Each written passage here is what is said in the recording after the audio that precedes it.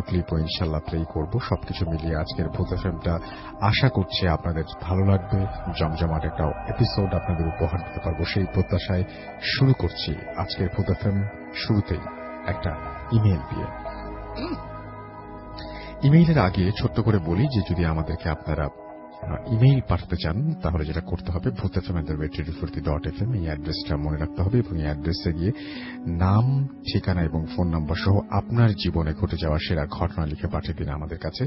ঘটনার শুরুতে অবশ্যই উল্লেখ করুন যে ঘটনাটা আপনি স্টুডিওতে এসে শেয়ার করতে পারেন চান, নাকি আপনি চান যে আপনার ঘটনা আমরা পড়ে শোনাই। যারা দেশের বাইরে রয়েছেন তারা সরাসরি অডিও ক্লিপ পাঠিয়ে দিতে পারেন আমাদের কাছে এবং সে সাথে আপনি লিখেও পাঠাতে পারেন, যেটা আপনার সুবিধা, যেটা আপনার মনে হয়। পৃথিবীতে অনেক ধরনের ঘটনাই ঘটে এবং সব ঘটনা যে আমাদের বিশ্বাস হয় তাও না, কিন্তু ঘটনাগুলোতে আমরা ভয় পাই এইটা তো সত্যি।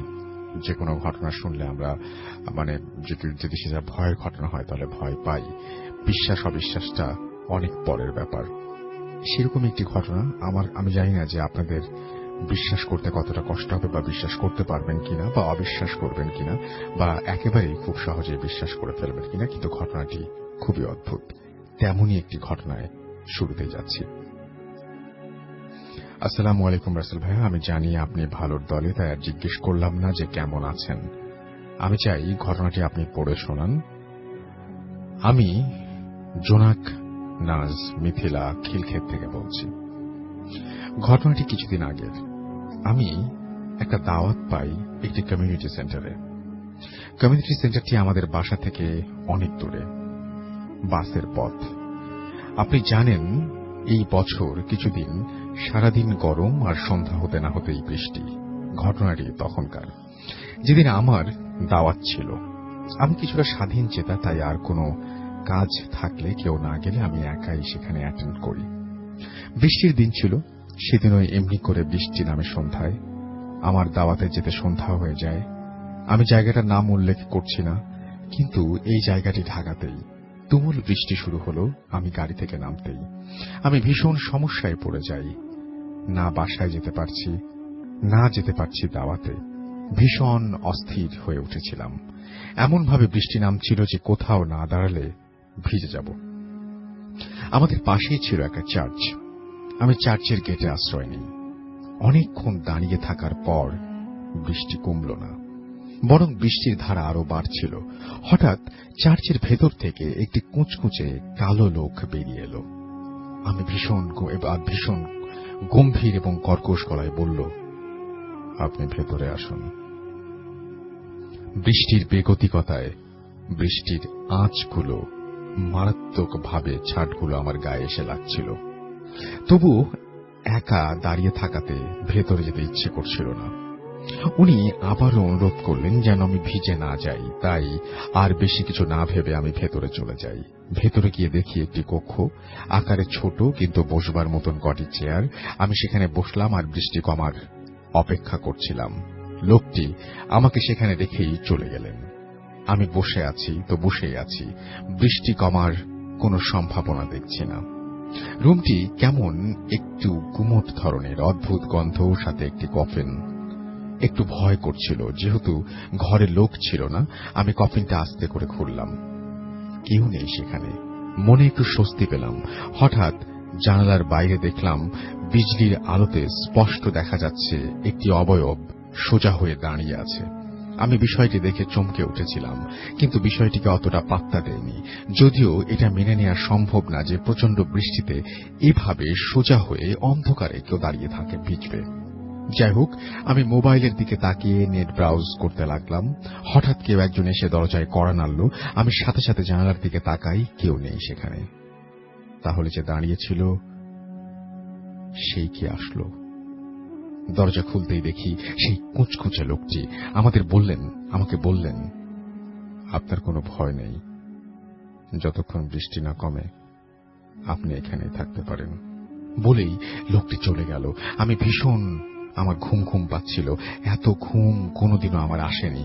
বিষয়টা বুঝতে পারছিলাম না। ব্যাগ থেকে ওয়াটার বটলটা বের করে একটু পানি দিলাম চোখে মুখে। হঠাৎ দেখি কফিন থেকে ধোঁয়া বেরোতে শুরু করলো। আমি চিৎকার দিয়ে উঠলাম, জোরে জোরে ধাক্কা দিলাম, দরজা কেউ সাড়া দিল না।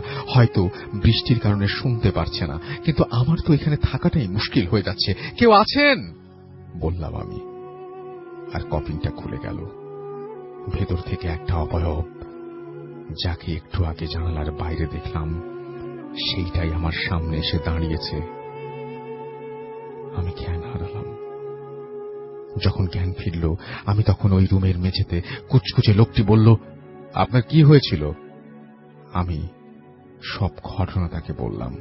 সে তখন বললেন, কি বলছেন? কোনো কফিন তো আজ এখানে ছিল না, তবে এই চার্চে গতকাল একটা আত্মহত্যা হয়েছিল, আর কফিনটা এই ঘরেই রাখা ছিল সারাটা দিন।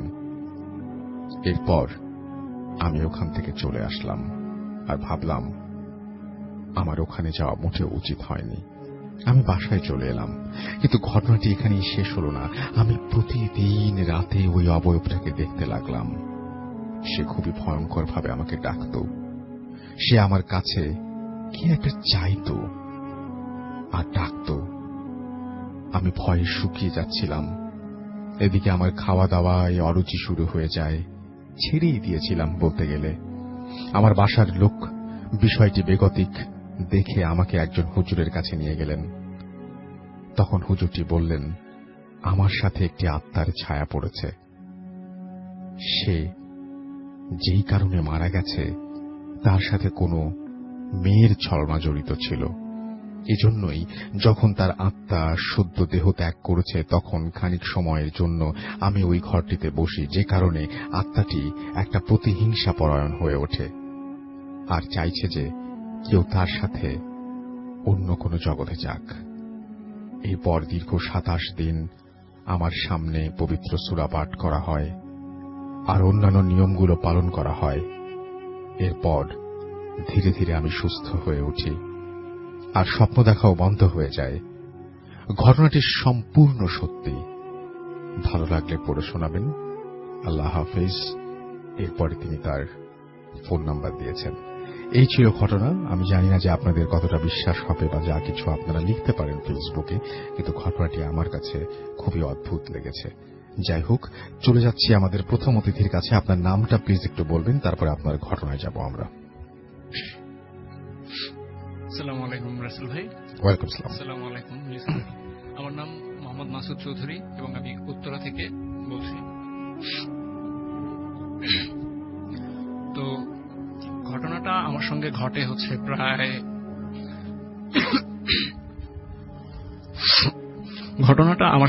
এক বছর আগে ঘটে। তো ঘটনার সেদিন আমার কলেজ ছিল, কিন্তু আমি সেদিন কলেজে যেতে পারি নাই কোন একটা ব্যক্তিগত সমস্যার কারণে। তো সেদিন ঠিক সকাল 11টার দিকে আমার ফোনে একটা কল আসে, সেটা কলেজ থেকেই ছিল। তো আমি এটা দ্রুত অ্যাটেন্ড করে শুনতে পাই যে আমার কোনো একটা ইনফরমেশন স্টুডেন্ট রেকর্ডে আসলে ভুল আছে, সেটা অতি সত্বর কলেজে গিয়ে আমাকে ঠিক করতে হবে। তো আমি কথা মতো কলেজে চলে যাই। কলেজে চলে যাওয়ার পর সেখানে যে ভুল ইনফরমেশনগুলো ছিল সেগুলো আমি কারেকশন করি। ইভেন আমাকে জানানো হয় সেগুলো হচ্ছে বোর্ডেও চলে গেছে এই ভুল ইনফরমেশন। তো আমাকে সেগুলো ঠিক করতে বোর্ডে চলে যেতে হবে। তো আমি আর দেরি না করে বোর্ডের উদ্দেশ্যে রওনা হই। তো যথারীতি উত্তরা থেকে আমি শাহবাগ নামার পর সেখান থেকে আমার মূল ঘটনার সূচনা ঘটে। আমি যখন শাহবাগ থেকে নেমে রোড ক্রস করব, ঠিক আমি ডিভাইডারের মাথায় আমি দাঁড়িয়েছিলাম জেব্রা ক্রস করার পর। তো হঠাৎ করে আমার পেছন থেকে একজন বৃদ্ধ মহিলা তো আমার হাত ধরলো। তো আমাকে বলতেছে যে একটা কাপড় দিয়ে দেখায় বলতেছে যে এই কাপড়টা তুমি রাখো এবং আমার সঙ্গে চলো। তো এই কথাটা শোনার পর আমি যথারীতি ভাবলাম যে হয়তোবা মহিলাটি পাগল। তো আমি তেমন কোনো পাত্তা না দিয়ে ওনাকে ইগনোর করে চলে যেতে শুরু করলাম। তো ঠিক এমন সময় আমাকে বলছে ওই মহিলাটি পেছন থেকে রাগান্বিত খুব রাগান্বিত ভয়েসে যে তুই বেঁচে গেলি, আর কতবার বাঁচবি। তো জিনিসটা শোনার পর আমি এতটা আমলে নিই নাই যে পাগল হয়তোবা সে এই কারণে এই ধরনের কথাবার্তা বলছে। তো আমি যথারীতি প্রিপারেশন নিলাম যে আমার মাথায় অন্য একটা টেনশন চলছিল, সেই মোতাবেক আমি বোর্ডে যাব। তো সেই চিন্তাধারার লক্ষ্যে আমি যাচ্ছিলাম। তো পরবর্তীতে আমি এক সময় একটা সার্টেন টাইমে আমি পৌঁছাই বোর্ডে, কিন্তু তখন অলরেডি আমি অনেক লেট মানে হয়ে যাই। তো সরকারি কাজ যেভাবে হয় যে অনেকটা মানে অফিস আওয়ারের পরে আর তেমন কিছু মানে তারা করে না। তো আমি প্রায় শেষ আওয়ারের দিকেই মানে পৌঁছাই বোর্ডে। তো সেদিন আর আমার কোনো মানে কাজ হলো না। বোর্ড থেকে জানানো হয় যে আজকে আর কিছু করা যাবে না, তো আপনি আগামীকাল আসুন। তো এই ভেবে মানে আমি খুব হতাশ হয়ে যাই। তো মনে মনে ভাবতে থাকি যে আজকে আমি এত কষ্ট করে আসলাম, আগামীকাল আবার আমাকে জ্যাম পার করে উত্তরা থেকে এখানে আসতে হবে। তো সেক্ষেত্রে আমাকে মানে এত কষ্ট যাতে না করতে হয়, কিছু একটা করা যায় কিনা। তাহলে আমি আমার চকবাজারে যে মামার বাসা রয়েছে সেখানে আমি আজকে থেকে যাব। তো একসঙ্গে আগামীকাল কাজ শেষ করে তারপরে উত্তরায় ফিরবো। তো এইভাবে আমি আম্মুকে ফোন দিয়ে সবগুলো মানে ব্যাপার সিরিয়ালি বলে তাকে জানিয়ে আমি ফোন রেখে দিই। তো আমি মামার বাসার উদ্দেশ্যে, যেহেতু চকবাজার বক্সিবাজার থেকে খুব মানে কাছেই ছিল, তো আমি হেঁটে যাওয়ার উদ্দেশ্যে মানে আমি হাঁটা শুরু করি। তো যখন আমি মামার বাসার খুব কাছে চলে যাই, তখন আমি ফিল করি যে মামার বাসার যে গলিটা রয়েছে সেই গলির মাথায় মানে আগের থেকে মানে আমি যতবার ওই গলিতে মানে যাতায়াত করেছি মামার বাসায়, তো আগের অবস্থা থেকে মানে ওই গলির অবস্থাটা কিছুটা ভিন্ন রকম ছিল। খুবই শুনশান, কোলাহল মুক্ত, কোনো ধরনের মানে মানে জনমানবের চিহ্ন তখন পাচ্ছিলাম না। তো এই সময়ে মানে ইভিনিং টাইমে এই টাইপের আসলে ওই এলাকা, যেহেতু পুরান ঢাকার এলাকা, খুব ক্রাউড থাকে, তো এরকমটা আসলে থাকার কথা না। তো কিছুটা অস্বাভাবিক ফিল হইলেও আমি ব্যাপারটা তেমন আমলে নিই নাই। তো গলিটা ছিল এরকম যে স্ট্রেট গলির এই মাথা থেকে ওই মাথায় সম্পূর্ণ দেখা যায়, যদিও কোনো মানে লম্বা বা বড়সড় কোনো গলি না। তো হঠাৎ খেয়াল করলাম, আমি গলির ভেতরে ঢুকে যখন হাঁটা শুরু করেছি, দেখতেছি যে একদম গলির মাথা থেকে 8-10 জন লোক একটা পাগল টাইপের লোককে মানে ধাওয়া করে আমার দিকে আসতেছে। তো আমার থেকে বেশ কিছু দূর সামনে একটা মেন হোল ছিল। তো ওই মেন হোলের স্ল্যাবটা আসলে কংক্রিটের ছিল। তো এই কংক্রিটের স্ল্যাবের উপরে ওই পাগলটা দৌড়ে আসার সময় মানে এখানে তার পা লেগে হোঁচট খেয়ে সে পড়ে যায়। তো আমি তাকে মানে তার এই মানে পাগলটার আনুমানিক বয়সটা ছিল 40 থেকে 50-এর মতন, আমি যতটুকু আন্দাজ করতে পেরেছিলাম। তো এই বয়সের একটা লোক এভাবে পড়ে গেল। তারপর যখনই মানে পাগলটা পড়ে গেছে, তখন ওই 8-10 জন লোক এসে তাকে বেধড়ক ভাবে মারতে শুরু করে। তো এই জিনিসটা দেখে আমার খুব খারাপ লাগে, কারণ একজন বয়স্ক লোক এভাবে মানে মার খাচ্ছে। তো আমি যথারীতি ছুটে গিয়ে তাদেরকে জিজ্ঞেস করি যে ভাই আসলে এখানে কি হচ্ছে, ওনাকে মারছেন কেন? তো তার মধ্যে থেকে একজন জানায় যে উনি নাকি মানে খুব গালাগালি করেছে, তাদের মধ্যে থেকে একজনকে নাকি মানে লাঠি দিয়ে আঘাত করেছে। তো আমি এটা শোনার পর মানে একটু অন্যরকম না ভেবেই আমি তাদেরকে সরিয়ে লোকটাকে নিয়ে ফার্মেসির দিকে যাই। কারণ লোকটার যখন আমি মাটি থেকে তুললাম, তখন দেখি যে ওনার গালে, তারপরে হচ্ছে ওনার হাঁটুতে অনেকটা ছিলে গেছে, আর নাক দিয়ে টপটপ করে রক্ত পড়তেছে। তো তখন আমি আশেপাশে মানে একটা ফার্মেসি অনেক কষ্টে অনেক সময় পর খুঁজে বের করি। তো ওখানে নিয়ে যাওয়ার পর দেখলাম যে ফার্মেসির লোক ওনার প্রতি মানে খুব বেশি সিনসিয়ার। মানে উনি জানতো আমরা যাব সেখানে। ইভেন উনি ওই ফার্মেসির যে লোকটা আছে ওনাকে মানে ট্রিটমেন্ট করছিল, মানে যেখানে যেখানে ছিলে গেছে, কেটে গেছে, সেখানে সেখানে মানে খুব মানে অ্যাক্টিভ ভাবে সে মানে তার টেক কেয়ার করছিল। তো একটা জিনিস লক্ষ্য করলাম যে ফার্মেসির লোকটা কোনো ধরনের কোনো কথা বলছে না, যা কিছু করার সে নিজের ইচ্ছাতেই করছে। ইভেন যখন উনি ওই পাগলটাকে ট্রিটমেন্ট করার এক শেষ পর্যায়ে পৌঁছালো, তখন আমি তাকে টাকা দেওয়ার জন্য মানে যখন প্রিপারেশন নিচ্ছি, তখন ওই ফার্মেসির লোকটা আমাকে বলতেছে যে আপনাকে টাকা দিতে হবে না, মানে জাস্ট এটা ইশারায়, সম্পূর্ণ কোনো ধরনের কথা ছাড়া জাস্ট আমাকে হাতের ইশারায় না করে দিল যে টাকা লাগবে না। তো এই জিনিসটা আমার কাছে একটু মানে অন্যরকম লাগে, অ্যাবনর্মাল লাগে। তো তারপর আমি এটা এতটা আমলে নিই নাই। না নেওয়ার কারণে পরবর্তীতে আমি ওই পাগলের সঙ্গে মানে ওই যে লোকটাকে আমি ফার্মেসিতে নিয়ে আসলাম, তার সঙ্গে আমি যখন কথা বলছি, তো এক পর্যায়ে পাগলটা মানে আমাকে বলতেছে যে মানে আমার এই ইতস্ত বোধ দেখে সে আমাকে বলতেছে যে বাবা ইতস্তত বোধ দেখে সে বলতেছে বাবা শান্ত হও। ইভেন সে তার এই খারাপ অবস্থা দেখে আমি তাকে কিছু টাকা মানে অফার করি, আমার পকেট থেকে কিছু টাকা বের করে তাকে আমি দিই। দেওয়ার পরে সে এই টাকাটা নেয়।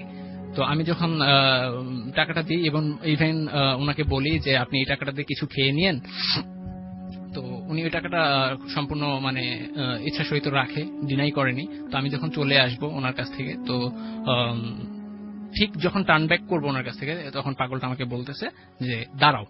তো উনি এটা বলে আমাকে হাতে একটা ছোট কালো কাগজ এবং একটা সুতা, সবুজ রঙের একটা সুতা আমার হাতে দিয়ে বলে, যেটা রেখে দাও, তোমার পরবর্তীতে কাজে আসবে। তো আমি নিব কি নিব না সেই দ্বিধাদ্বন্দ্বে পড়ে এক সময় মানে মনের অজান্তে ওটা আমি অ্যাকসেপ্ট করে ফেলি। তো আমি ওটা নিয়ে চলে আসি। দেন পেছন থেকে কয়েক কদম আসার পর পেছন থেকে পাগলটা আমাকে বলতেছে যে তুমি তোমার সামনে বিপদ, তুমি চিন্তা করো না, কিন্তু তুমি এই বিপদগুলো কাটিয়ে উঠতে পারবে। জাস্ট এটা আমি শুনে আর তেমন কিছু প্রত্যুত্তরে না বলে চুপচাপ মামার বাসায় চলে আসি। মামার বাসায় চলে আসার পর সেদিন রাত্রে আমার তেমন কোনো মানে ঘুম হচ্ছিল না, খুব অস্থিরতা ফিল করতেছিলাম। এই অস্থিরতার কারণে আসলে আমি মানে আমার নিজের শারীরিক অবস্থা আরো বেশি মানে অবনতি হয়। তো এক পর্যায়ে রাতে পাশ পরিবর্তন করতে করতে করতে করতে কখন ঘুমিয়েছি বলতে পারি না। রাত্রে মানে খুব গভীর রাত্রে আমার ঘুমটা ভাঙে। তো ঘুমটা ভাঙার পর আমি বুঝতে পারি যে আমার খুব মাথা ব্যথা হচ্ছে হঠাৎ করে। তো সেই মাথা ব্যথার কারণ আমি বুঝতে পারতেছিলাম না, হঠাৎ করে ঘুম ভাঙার কারণও ঠিক সঠিকভাবে বুঝতে পারতেছিলাম না। তো আমি প্রিপারেশন নেই ওয়াশরুমে যাওয়ার জন্য। তো ওয়াশরুমে যাওয়ার পর সেখান থেকে আমার সঙ্গে মানে সবচেয়ে বড় মানে অদ্ভুত ঘটনার সূচনা তখন থেকে ঘটতে শুরু করে। তো ওয়াশরুমে আমি বেসিনে যাওয়ার পর আমি চোখে মুখে পানি দিচ্ছি। পানি দেওয়ার পর ফিল করছি যে আমি জাস্ট অ্যাঙ্গেল হয়ে নুয়ে চোখে মুখে পানি দিচ্ছি, কিন্তু এই ওয়াশরুমের বেসিনের সামনের যে আয়নাটায় আমার যেরকম প্রতিবিম্ব বা প্রতিকৃতি থাকার কথা সেরকমটা নেই। আমি ফলো করতেছি যে আমার প্রতিকৃতি জাস্ট স্ট্রেট হয়ে সেখানে দাঁড়িয়ে আছে, অথচ আমি কার্ভ হয়ে আমার চোখে নাকে মুখে আমি পানি দিচ্ছি। তো আমি সাহস করে তাকালাম, তাকানোর পর দেখতেছি যে হ্যাঁ আমি যা ভাবছি তাই। ইভেন আমি মনের অজান্তে ওই আয়নার দিকে হাত বাড়াই। হাত বাড়ানোর পর যেটা ফিল করলাম যে আমার হাত আটকানোর কথা ছিল জাস্ট ওই আয়নাটার পৃষ্ঠে, কিন্তু আয়নার পৃষ্ঠে না আটকে সরাসরি ওই অবয়বটার হাতের সঙ্গে আমার হাতের টাচ লাগে এবং আমি একটা ফোর্স অনুভব করেছি ওই হাতটা আমাকে ভেতর দিকে টেনে নেওয়ার চেষ্টা করতেছে। তো আমি কি করবো তখন বুঝতে পারতেছিলাম না। আমি সজোরে অ্যান্টি ফোর্স মানে একটা পেছন দিকে আমি বল প্রয়োগ করে ওখান থেকে মুক্ত হওয়ার চেষ্টা করতেছিলাম। তো তখন ওই প্রতিকৃতিটা আরো সক্রিয় হয়, আরো জোরে আমাকে ওটার ভেতরে টেনে নেওয়ার জন্য চেষ্টা করে। তো আমি এক্সাক্ট কি করব, চিৎকার দিব না কি করব, আমি সেই জিনিসটা বুঝতে পারতেছিলাম না। তো হঠাৎ এক পর্যায়ে এরকম টানাটানির মানে কিছুক্ষণ পর আমি দেখতেছি যে না আমার সেন্স হারাচ্ছি, আমি কিছু বুঝতে পারতেছি না, আমার চোখ একদম মানে অন্ধকার এবং ঘোলাটে হয়ে যাচ্ছে। তো এক পর্যায়ে আমি সেন্স হারায় ফেললাম, আমার তখন আর কিছু মনে নেই। কিন্তু যখন জ্ঞান ফিরল তখনও আরেক ধাপ আমার অবাক করা ঘটনা আমার সঙ্গে ঘটল। আমি দেখলাম যে আমি আমার উত্তরার একটা এরিয়াতে ওই আমার বাসা থেকে প্রায় কয়েক কিলোমিটার দূরে একটা মসজিদের সামনে আমি পড়ে আছি। তো মসজিদটার সামনে শুধুমাত্র 3টা লাইট জ্বলছে, আশেপাশে সমগ্র পরিবেশটা অন্ধকার এবং এই অন্ধকার পরিবেশে আমি চারদিকে কিছু দেখতে পাচ্ছি না, জাস্ট মসজিদের আলো ছাড়া। তো তখন দেখলাম যে কিছু মুসল্লি মসজিদের দিকে যাচ্ছে নামাজ পড়ার জন্য। তারা আমাকে নোটিস করে আমার দিকে এগিয়ে আসে, এগিয়ে আসার পর জিজ্ঞেস করে আমার কি হয়েছে। তো আমি কোনো প্রশ্নের উত্তর দিতে পারি না, তারা ইমাম সাহেবকে ডেকে নিয়ে আসে। তো ইমাম সাহেব আমাকে এসে তেমন কোনো কিছু জিজ্ঞেস করেনি, জাস্ট তারা বলল যে আপনার বাসা কোথায়। তো আমি তাকে কোন রকম বাসার ঠিকানা বলে জাস্ট এটুকু বললাম যে আমাকে কোন রকম ভাবে বাসায় পৌঁছে দেওয়ার ব্যবস্থা করে। তো তারা বলল এখন ফজরের নামাজের সময়, নামাজটা শেষ হোক, কিছুক্ষণ অপেক্ষা করেন মসজিদের বারান্দায়, তারপর আপনাকে বাসায় পৌঁছে দেওয়া হবে। তারা যথারীতি আমাকে বাসায় পৌঁছে দেয়। পৌঁছে দেওয়ার পর বাসার সবাই আমাকে দেখে হাও মাও কান্নাকাটি শুরু করে যে বাবা তুমি এতদিন মানে কই ছিলা, তোমার 2 দিন ধরে কোনো খোঁজ খবর নাই। তো যখন আমি শুনলাম বাসার সবার কাছ থেকে আমি 2 দিন ধরে বাসায় মিসিং, তখন আরো একটা ধাক্কা আমার উপর পড়ে। তো আমি তেমন কিছু বাসায় না বলে জাস্ট আমি বললাম যে জাস্ট আমাকে একটু রেস্টের জন্য টাইম দাও, আমি সবকিছু ধীরে ধীরে বলবো। তো এর মধ্যে আম্মু যথারীতি আমাকে বলার চেষ্টা করে যে তোমাকে আমি কত জায়গায় খুঁজেছি, 2 দিন ধরে তোমাকে পাইনি, প্রত্যেকটা রিলেটিভের বাসায় খুঁজেছি, বিভিন্ন জায়গায় গিয়ে তোমাকে খুঁজেছি, বিভিন্ন মানুষের কাছে ফোন দিয়ে খুঁজেছি, কারো কাছে তোমার কোনো মানে পাত্তা পাইনি।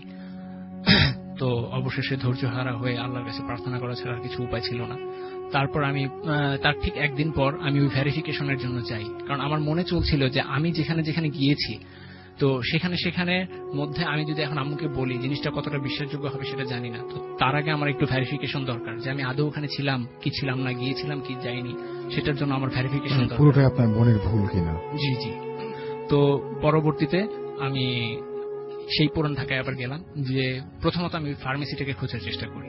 কিন্তু অবাক করার বিষয় রাসেল ভাই, যে আমি ওখানে ফার্মেসির কোনো অস্তিত্বই সেখানে পাইনি। কারণ আমি যেভাবে ওই ফার্মেসিতে গিয়েছিলাম, কিন্তু সেভাবেই আমি আবার পুনরায় সেখানে খোঁজার চেষ্টা করি, কিন্তু কোন রকম ভাবে ওখানে ফার্মেসির কোনো অস্তিত্ব নেই, আশেপাশে ওই ধরনের কোনো দোকানপাটই ছিল না। তো পরবর্তীতে বোর্ডে যাই, বোর্ডে গিয়ে যাদের সঙ্গে আমি আমার মানে ইতিপূর্বে মানে কথা হয়েছিল, তো আমি তাদের সঙ্গে আবার যাই কথা বলি, তারা আমাকে বলে ইতিপূর্বে তারা আমাকে কখনো দেখেই নেই। তো অবাক করার শেষ সময় হয়তো তখনও বাকি ছিল যে আমি আবার উত্তরায় ফিরে আসি। ফিরে এসে আমি আমার কলেজে যোগাযোগ করি যে আমি সেখানে কি আদৌ সেদিন এসেছিলাম কিনা। কলেজ থেকে আমাকে এনশিওর করা হয় যে হ্যাঁ, যে তুমি এসেছিলে, তোমাকে আমরা যেভাবে বলেছি, তারপর তোমরা চলে গেলে, এভাবে আমাকে মানে জানানো হলো। তো আমি তখন বুঝতে পারতেছিলাম না যে আমার সঙ্গে সেদিন কি ঘটেছে। আমি এই 2 দিন কোথায় ছিলাম, কিন্তু আমার হিসেব মতো তো আমার এখানে 1 দিন হওয়ার কথা। তো পরবর্তীতে আমি বাসায় আসি। বাসায় এসে আমার ওই পাগলের দেয়া মানে একটা সুতোর কথা মনে পড়ে, ওই যেটা আমাকে দিয়েছিল, সুতোটা আর ওই কাগজটা। তো আমি বাসায় এসে ওটা আবার চেক করি। চেক করার পর দেখি যে হ্যাঁ, ওটা যেভাবে আমি রেখেছিলাম সেটা ঠিক ওইভাবেই ওই পকেটের মধ্যে আমি খুঁজে পাই। তো পরবর্তীতে এই সমগ্র বিষয় আমি আম্মুকে জানাই। জানানোর পর আম্মু আমাকে বলে যে তোমার উপর কেউ ব্ল্যাক ম্যাজিকও করতে পারে, সেই হিসেবে চলো তোমাকে কোনো একটা মানে হুজুরের কাছে নিয়ে যাই, আর তুমি কি না কি দেখেছো, কি না কি করেছো, এটা সম্পূর্ণ তুমি ভালো জানো, তারপরেও মানে সেফটির জন্য তোমাকে একটা হুজুরের কাছে নিয়ে যাওয়া উচিত। তো আমিও যেহেতু ব্ল্যাক ম্যাজিকে বিশ্বাসী এবং এটা খুব মানে ভয় পাই, সেক্ষেত্রে আমি আম্মুর সঙ্গে চলে গেলাম এক হুজুরের কাছে। তো হুজুর আমাকে বললো যে তোমাকে কোনো ব্ল্যাক ম্যাজিক করা হয় নাই, তোমার একটা মানে খুব খারাপ একটা আত্মা বা কোনো একটা জিন বা কিছুর একটা মানে নজর পড়েছে তোমার উপর, যার জন্য তোমার সঙ্গে এই ঘটনাগুলো ঘটছে। তো সে আমাকে যথারীতি একটা তাবিজ দেওয়ার জন্য মানে তাবিজ, তারপরে হচ্ছে কিছু সূরা, কিছু মানে ইবাদত আমাকে করতে বললো, রিচুয়ালে যা যা করা লাগে সে আমাকে বললো। আমি তার কথা মতোই কয়েকদিন এভাবে চলতে থাকলাম। তো বেশ কিছুদিন যাবত এভাবে যাওয়ার পর আমার সঙ্গে আর তেমন কিছু ঘটে নাই। তো এর ঠিক মাসখানেক পর আমি একটা কাজে শেরপুর যাই, খুব গুরুত্বপূর্ণ কাজে আমাকে যেতে হয়েছিল। তো আমি প্ল্যান করেছি দিন গিয়ে দিন চলে আসব। তো আমি ওখানের কাজ শেষ করে তারপরে আবার ঢাকায় ব্যাক করি। তো এই ব্যাক করার সময় আমার সঙ্গে আবার অদ্ভুত ঘটনা ঘটে, যেটা হচ্ছে আমি শেরপুর থেকে খুব মানে সন্ধ্যায় রওনা দিয়েছিলাম। রওনা দেওয়ার পর এক সময় আমি যখন রাস্তার মধ্যে যখন আমি ময়মনসিংহ পার হওয়ার পর বালুকা নামক একটা জায়গায় বাসটা মানে একটু মানে অন্যরকম, মানে বাসে বিভিন্ন ধরনের অ্যাবনর্মাল ঘটনা শুরু হয়। যেমন হচ্ছে খুব রানিং অবস্থায় থেকে মানে বাসের ইঞ্জিনের স্টার্ট বন্ধ হয়ে যাওয়া, তারপর ফাইনালি এরকম করতে করতে বাস টোটালি মানে নষ্টই হয়ে যায়, ওটা আর মানে যাবে না এক সময় জানায়। তো পরবর্তীতে বাসের কন্ট্রাক্টর আমাকে বলে যে আপনারা যারা যারা যাত্রী আছেন তো সবাই এখানে নেমে যান, বাকি টাকা নিয়ে আপনারা মানে অন্য বাসে ওঠার চেষ্টা করুন, বাস তো আর এখন মানে যাবে না, যেহেতু বিকল হয়ে গেছে, আপনারা নিজেদের মতন চেষ্টা করে যান।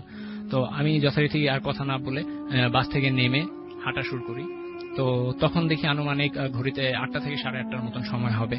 তো আশেপাশের পরিবেশটা ছিল খুবই শুনশান, কারণ শুধুমাত্র হাইওয়েতে বড় বড় বাস এবং ট্রাক ছাড়া আর কোনো গাড়ি ছিল না। আশেপাশের পরিবেশটাও খুবই নীরব ছিল, কোনো ধরনের দোকানপাট আর কোনো কিছু মানে জনমানব আমি কাউকে দেখতে পাচ্ছিলাম না।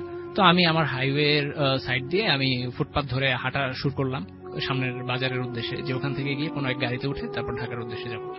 কিন্তু আলটিমেটলি এইভাবে আমি হাঁটতে একসময় নোটিস করতেছি যে বেশ আমি অনেকক্ষণ যাবৎ হাঁটছি, কিন্তু আমি কোনো মানে জনমানবের দেখা এখনো পাইনি। কিন্তু আমার সাথে যে যাত্রীরা আসার কথা ছিল তাদেরকে আমি পেছনে দেখতে পাচ্ছি না।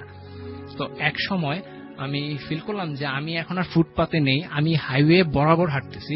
ইভেন আমার চতুর্দিকের পরিবেশটা ঘুটঘুটে মানে কালো অন্ধকার হয়ে গেল। তো আমি তখন কি করব না করব বুঝতেছি না, যে আমি তো ফুটপাত ধরে হাঁটছিলাম আর পরিবেশটাও তো এতটা শান্ত মানে কখনোই ছিল না। তো যখন আমি মানে নিজেকে আবিষ্কার করলাম হাইওয়ের মাঝখানে, তখন দেখতেছি পেছন থেকে বিশাল একটা আলোর উৎস আসতেছে আমার দিকে, মানে আমার শ্যাডোটা ধীরে ধীরে সামনের দিকে লম্বা হচ্ছে। তো আমি যখন টার্ন ব্যাক করে পেছনে তাকালাম, তখন দেখতে পাচ্ছি যে বিশাল একটা আলোর অংশ, মানে সূর্যের একটা খণ্ডিত অংশ বলা যায়, যে এত পরিমাণে আলো, চোখ জাস্ট ফ্ল্যাশ হওয়ার মতো।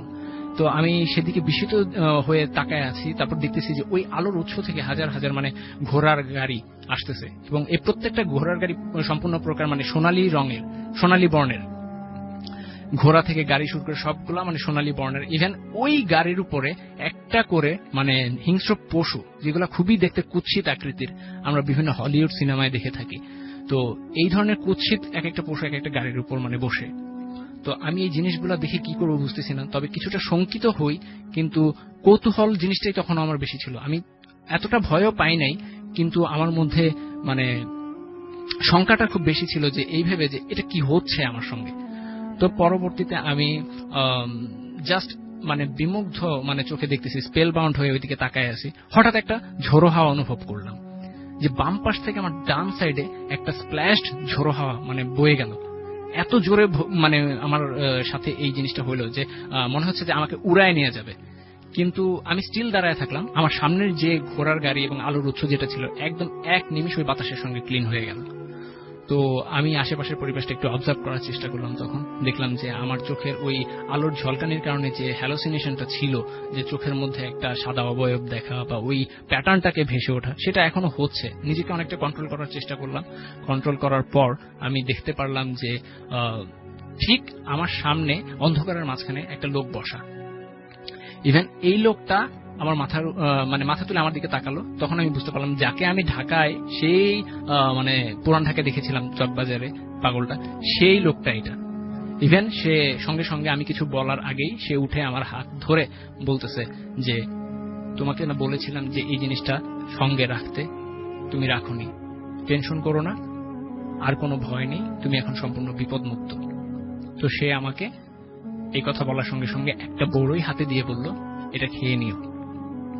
তো রাসেল ভাই বলে রাখি যে আমি এই ঘটনা দেখার পর প্রচন্ড ঘামছিলাম, এবং মানে আমার অবস্থাটা এতটা মানে খারাপ ছিল যে পানি পিপাসায় বুক ফেটে যাচ্ছিল।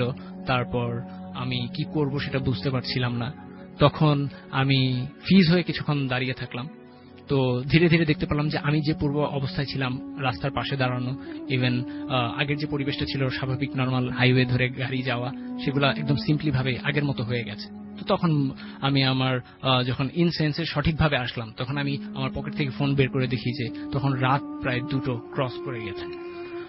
তো রাসেল ভাই আমি বুঝতে পারতেছিলাম না এটা, যে আমার সঙ্গে এই কিছু যে এই যে যাবতীয় কিছুক্ষণ আগের যে ঘটনাগুলো, সেটা সম্পূর্ণ হলেও এখানে 20 থেকে 30 মিনিট সময় পার হওয়ার কথা, কিন্তু সেইখানে এইভাবে 5 থেকে 6 ঘন্টা সময় আমার কাছ থেকে অতিবাহিত হয়ে যাবে। মানে এই জিনিসটা আমি কখনো ভাবতে পারতেছি না যে কিভাবে সম্ভব। তো আমি কি করব সেটা বুঝতে না পেরে হঠাৎ করে একটা হর্নের শব্দ মানে কানে আসতেছে, যে দেখতেছি একটা বাস আসতেছে আমার সামনে। তো আমি কিছু না বলার আগেই বাসটা আমার সামনে এসে থামলো। সে মানে আমাকে মানে সেই বাসের যে হেল্পার ছিল সে আমাকে ইতস্ত মানে করতেছে যে সেই বাসে উঠার জন্য। আমি কিছু না ভেবে কিছু না বলে সরাসরি বাসে উঠে যাই। বাসে উঠার পর আমি হঠাৎ করে খেয়াল হয় যে আমার আম্মুকে ফোন করা উচিত। তো আমি মোবাইলটা বের করে আমি আম্মুকে আবার কল দিতে যাব, তখন হাজার চেষ্টা করে আমি আম্মুর সঙ্গে কানেক্ট হতে কোনোভাবেই পারছিলাম না। তো এক সময় আমি মানে যখন খুব মানে বারবার ফোন দিয়ে ব্যর্থ হচ্ছি, তখন আমি ফোনটা পকেটে রেখে দিই। রেখে দেওয়ার পর আমি ওই বড়ইটা যেটা পাগলটা দিয়েছিল সেই বড়ইটা আমি খেয়ে নিই। তবে অবাক করার বিষয় রাসেল ভাই এটাই যে আমি যখন বড়ইটা খাই, তখন আমার যে ওই টায়ার্ডনেস যেটা ছিল, আমার শরীর দিয়ে ঘাম ঝরা, ইভেন আমার এই যে তৃষ্ণায় বুকটা ফেটে যাওয়া, এই সমস্ত নেগেটিভ জিনিসের অবসান আমার সাথে সাথেই হয়েছে। ইভেন যখন আমি বড়ইটা খাই, তখন মানে আমার কাছে এমন মনে হচ্ছিল রাসেল ভাই যে আমি এরকম স্বাদের বড়ই আর কখনো খাই নাই। এটা অত্যন্ত সুস্বাদু একটা বড়ই ছিল, যেটা আমাদের এই যে অ্যাজ ইউজুয়াল যে বড়ই আমরা বাজার থেকে কিনে খাই সেরকম কখনোই ছিল না। তো আমি ঢাকায় পৌঁছাইতে প্রায় তখন রাত শেষ হয়ে ফজরের নামাজের পরে 4টা থেকে 5টা এরকম সময় হয়ে যায়। তো আমি বাসায় পৌঁছানোর পর সবাই আমাকে জিজ্ঞেস করতে থাকে, এত রাত্রে কেন বাসায় আসছো, তোমাকে সারাদিন খুঁজে পাইনি, ফোন করেছি তোমাকে, তো তোমার কি হয়েছিল, এরকম অ্যাবনর্মাল অ্যাটিটিউড তোমার কাছ থেকে মাঝে মাঝেই পাওয়া যায়, এখন কি কোনো কিছু তোমার সঙ্গে ঘটেছিল কিনা, বিভিন্ন প্রশ্ন করতে থাকে। তো আমি সেগুলোর উত্তর না দিয়ে জাস্ট এটুকুই বলি যে আমার কাজ শেষ করতে দেরি হয়ে যায় এবং খুব রাত্রে আমি রওনা দিই, যার কারণে আমার আসতে দেরি হয়েছিল। তো এরপর থেকে রাসেল ভাই আমার সঙ্গে আর কোনো কিছু ঘটে নাই। এই ঘটনা সম্পর্কে আমি বাসায়ও তেমন কিছু আর কখনো বলি নাই। আর এর ঠিক কিছুদিন পর একদম শেষ পর্যায়ে আমি তার ঠিক 3 থেকে 4 মাস গ্যাপে আমি ওই পাগলটাকে স্বপ্নে দেখি। স্বপ্নে দেখার পর সেই পাগলটা আমাকে বলে যে তোমাকে দেয়া যে সবুজ সুতোটা আর ওই কালো কাগজ যেটা আছে সেটা তুমি এক নদীতে ফেলে দিও। আচ্ছা, আলটিমেটলি আমি সেই কথা মোতাবেক আমি ওইটা ফেলে দিই। দেন এরপরে আমার সঙ্গে তেমন আর কিছু ঘটেনি রাসেল ভাই। তো এই ছিল আমার ঘটনা রাসেল ভাই। ওকে, থ্যাংক ইউ সো মাচ। আপনার ঘটনার জন্য আপনাকে অনেক ধন্যবাদ। এবং আমি দেখতে পাচ্ছি যে অনেকেই আমাদের এখানে লিখছেন এবং তাদের কথা আমরা একটু পড়ে শোনাতে চাই আপনাকে। আমি দেখতে পাচ্ছি যে আমাদের এইখানে লিখছেন আশরাফুর মাহমুদ অ্যাশ, এবং ফার্স্ট ঘটনাটা অনেক ভয়ের ছিল। তিনি লিখেছেন দিন মোহাম্মদ বর্ণ আমাদের সঙ্গে আছেন, আমাদের সঙ্গে আছেন ইয়াসিন শাফিন, এছাড়াও রাউফ ইসলাম আমাদের সঙ্গে আছেন, রাজশাহী থেকে শুনছেন। সাজ্জাদ আল শাফিন আমাদের সঙ্গে আছেন। ফার্স্ট ইমেলটা অস্থির ছিল সেটা জানিয়েছেন। রাউফ আছে, এছাড়াও ফায়েজ আলী হিমু আমাদের সঙ্গে নোয়াখালী থেকে আছেন। প্রথমবারের মতো ফ্রেন্ডরা মিলে সবাই অনেক বড় সাউন্ড বক্সে তারা ভূত এফএম শুনছেন সেটা জানিয়েছেন। থ্যাংক ইউ সো মাচ যারা সবাই আছেন তাদের সবাইকে। এখানে দেখতে পাচ্ছি নামও লিখেছেন ইমরোজ আলী হিমু, শাওন, রিদিয়া, সাগর, জাফরি, এরা সবাই আছেন। Thank you so much. আমাদের সাথে ইভান আকাশ আছেন, আমাদের সঙ্গে আছেন মাসুম জাবিন, এবং তিনি জামালপুর থেকে শুনছেন। নীল দিগন্ত আমাদের সঙ্গে আছেন, ঘটনাটা ভয়ের ছিল জানিয়েছেন। এমডি তিশান আমার সঙ্গে আছেন, আমার সঙ্গে আছেন শাহরিয়ার জামান শাহেদ, এছাড়াও আছেন সামাইরা অচেনা আমাদের সঙ্গে আছেন। আমাদের সঙ্গে আছেন দেখতে পাচ্ছি রুহুল হাসান, এবং তিনি ঘটনাটি বিশ্বাস করেনি। প্রথম ঘটনাটির কথা সম্ভবত বলছেন নাকি এখনটা বলছেন। আচ্ছা, এই যে আপনার কাছে একটা প্রশ্ন করতে চাই যে কেউ যদি আপনার ঘটনাটা বিশ্বাস না করে তাদের জন্য আপনার কি বলার আছে? আমার রাসেল ভাই এখানে একটা কথা, যে আমি একটু পেছনে ফিরে যাই এই প্রসঙ্গে, যে আমি যখন মানে এই ঘটনাটা সম্পূর্ণ মানে এক্সপিরিয়েন্স করি তার ঠিক মাস খানেক পর আমি এই নিয়ে নেটে একটু ঘাটাঘাটি করি। তখন সেখানে কিছু জিনিসের আমি মানে রেফারেন্স পাই, সেটা হচ্ছে টাইম লুপস অ্যান্ড হচ্ছে প্যারালাল ওয়ার্ল্ড। সো এখানে কিছু জিনিসের বর্ণনা ছিল যে প্যারালাল ওয়ার্ল্ডে কিছু জিনিস এরকম সংযোগ হতে পারে, যখন বাস্তবিক জীবনে কোনো জিনিস ঘটে যায় তখন সেই জিনিসের কানেকশন যখন প্যারালাল ওয়ার্ল্ডের সঙ্গে হয় তখন এই জিনিসটা টাইম লুপস হয়। যেমন বাস্তবিক দিক থেকে যেমন সাপোজ 1 মিনিটের ঘটনা প্যারালাল ওয়ার্ল্ডে গিয়ে সেখানে 1 ঘন্টাও হতে পারে। না, সেটা তো আমরা জানি, সেটার ব্যাখ্যা আছে, আমি সেটা নিয়ে বলছি। আমি বলছি আপনার এই ঘটনাটা যদি কেউ অবিশ্বাস করে, আপনি তো মানে আপনি প্যারালাল ওয়ার্ল্ড থাকুক, টাইম লুপ যা বলছেন সবই ঠিক আছে, বাট আপনার ঘটনাটি আপনি যে বলছেন তার মানে হচ্ছে আপনি যে ঘটনাটি বলছেন আপনাকে অবিশ্বাস করা, সেক্ষেত্রে আপনার কি বলার আছে আমি সেটা বলছি। জি রাসেল ভাই, আমি বলছি তো আমি এই সম্পূর্ণ কিছু বিচার বিশ্লেষণ করার পর তখন আমি এটাই সিদ্ধান্ত নিয়েছি যে আমার সঙ্গে এই জিনিসটা যদি ঘটে থাকে তাহলে সেক্ষেত্রে এটার অস্তিত্ব আছে, আর যদি না ঘটে থাকে তাহলে আমি সম্পূর্ণ অন্য কোনো মানে সেন্সে ছিলাম যেটা আমার পক্ষে মানে ধরা সম্ভব নয়। তো আমি নিজেকে যখন বিশ্বাস করেছি যে হ্যাঁ সম্পূর্ণরূপে এটা আমার সঙ্গে ঘটেছে, তখন আমি বললাম যদি আমি কখনো কারোর সঙ্গে এই ঘটনা শেয়ার করি, যদি তারা কখনো এটা বিশ্বাস করে বা না করে, যদি করে তাহলে সেক্ষেত্রে অল ওকে, ঠিক আছে, কিন্তু এটা জানি যে আমার পক্ষে এটার সত্যতা কতটুকু। আর যারা বিশ্বাস করবে না তাদের ক্ষেত্রে এটাই বলার উদ্দেশ্য যে যদি কখনো তারা প্যারানর্মাল মানে অ্যাক্টিভিটি মানে কখনো এই টাইপের কিছু মানে ফিল করে, তারা কখনো এটা ডিনাই করতে পারবে না।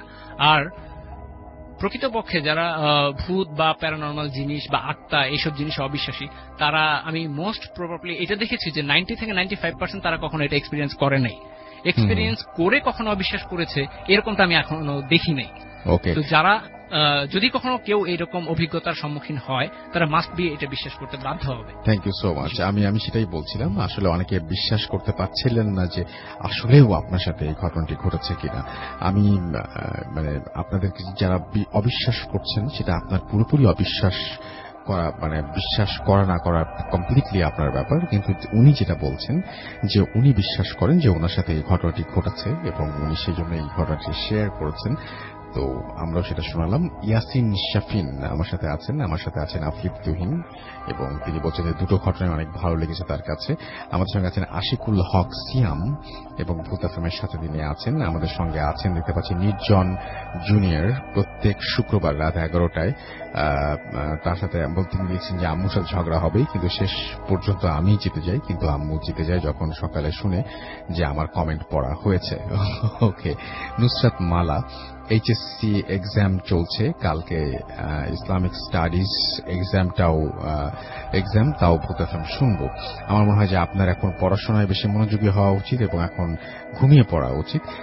রাজু আমাদের সঙ্গে আছেন দেখতে পাচ্ছি এমডি হুমায়ুন, এবং তার কাছে বেশ ভয় লাগছে। আমাদের সঙ্গে আছেন আবির রহমান রানা, শুনছেন কুষ্টিয়া পেয়ারাতলা থেকে। আমাদের সঙ্গে আছেন শুভ ভাই, কেমন আছেন? আমি সবসময় ভালো থাকি, সবসময় ভালোর দলে। এসকে আরাফাত বিন হুসাইন আমার সঙ্গে আছেন, নওগাঁ থেকে শুনছেন তিনি। আমাদের সঙ্গে আছেন আবেগী মুন, এছাড়াও আমাদের সঙ্গে আছেন দেখতে পাচ্ছি সালেহিন গাজী, আবির রহমান রানা আমাদের সঙ্গে আছেন আরবি রাকিবুল ইসলাম, আমাদের সঙ্গে আছেন আরো অনেকেই। আপনি যদি থাকতে চান তাহলে চলে আসতে পারেন আমাদের সঙ্গে, এবং আমাদের যে পেজটা রয়েছে www.facebook.com/bhutfm.russell, এখানে এসে আমাদের পোস্টের নিচে কমেন্ট করতে পারেন, লাইক দিতে পারেন, শেয়ার করতে পারেন আমাদের পোস্টটা। এছাড়া আমাদের আরো একটা পোস্ট রয়েছে ভূত এফএম এর রেডিও ফুর্তির পেজে, এবং সেখানেও আপনি ভিজিট করতে পারেন www.facebook.com/radio.furti। সেখানে এসে আপনি লাইক, কমেন্ট এবং শেয়ার করতে পারেন আমাদের আজকের যে পোস্টটি রয়েছে সেটি। তো আমি চলে যাব একটা ছোট্ট বিরতির পরে আবারও ফিরে আসবো। সেই পর্যন্ত আশা করছি আমার সঙ্গেই থাকবেন। স্টে টিউনড টু রেডিও ফুর্তি FM and do ফুর্তি। Exclusively on FusionBD.com. Bhoot FM. The night comes alive with Graminphone.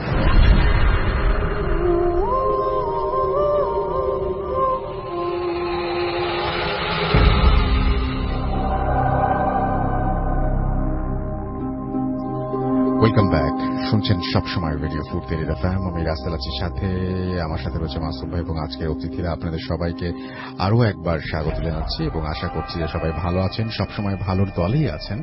এবং আমরা এতক্ষণ আমাদের প্রথম অতিথির ঘটনা শুনলাম। এবার আমাদের দ্বিতীয় অতিথির ঘটনায় যাওয়ার আগে একটা ইমেইল পড়ে আসবো, এবং সেই ইমেইলটিও আশা করছি আপনাদের ভালো লাগবে। তার আগে জানিয়ে দিই, যদি আমাদেরকে আপনি মেসেজ করতে চান তাহলে আমাদের দুটো পেজ রয়েছে, www.facebook.com/radio.furti and www.facebook.com/bhutfm.russell।